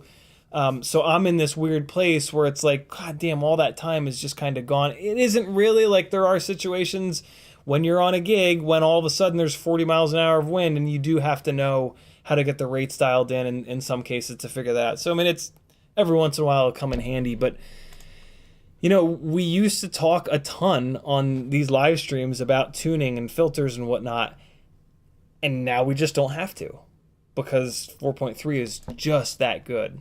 So, yeah, kind of annoying, but whatever. I think that I'm caught up on chat. Looks like I'm caught up on chat. Thanks for hanging, friends. We went a little bit over, but what's new? Whoop Wednesday, 8 o'clock. 6 o'clock? 6 o'clock. We're staying with 6 o'clock. More people voted for Whoop Wednesdays to stay at 6 o'clock. We'll do some more flying. We will hopefully look at some flight footage if it doesn't rain constantly for the next 2 days of props in versus props out on Cinewhoops. Another huge thanks to Kevin Sumner for the absurdly generous PayPal, which took care of the priciest passport ever fund. We'll be back to the Medicine Man Cometh fund after this stream. And yeah, man, don't do anything I wouldn't do. CiottiFPV.com for a million different ways to support me. Patreon helps me out the most. If you have a couple of bucks, hop on the Patreon. You're gonna love it. Oh damn! Matt McConnell sent $100 for Christmas. Thank you so much, McConnell Studios. Check McConnell Studios out on Instagram. It's absurd. Kevin, I need to be able to send people somewhere for you. Damn it. Here comes a link to McConnell Studios' Instagram. His art is just the coolest. I don't know. Maybe it's just me. I think it's the coolest thing ever. Like the stuff that he does is like right up my alley in terms of art. It's just wild. But he's also a huge supporter. Thank you, brother. Thank you, all of you guys. Very, very, very cool. This has been a wild day. I'll go take a picture of Maggie's new car and I'll throw it up on Instagram for you guys. The Instagram link over on CiottiFPV.com too. Layman board finished the Mobula 6. Rip it, brother. Be good friends. Here comes some more flying from the place that I wasn't supposed to be flying, but I flew anyway, because if you do it right, you'll never get caught. And just don't smash into anything. Fly responsibly. You know how to do it. You guys are intelligent. Two peas in a pod. Maybe this is a good song. Happy and hopeful. Nah. Brighter minds than tomorrow. Hopeful, dreamy. Let's go with this one. See you guys on Wednesday. Thanks for hanging. Love you. Bye.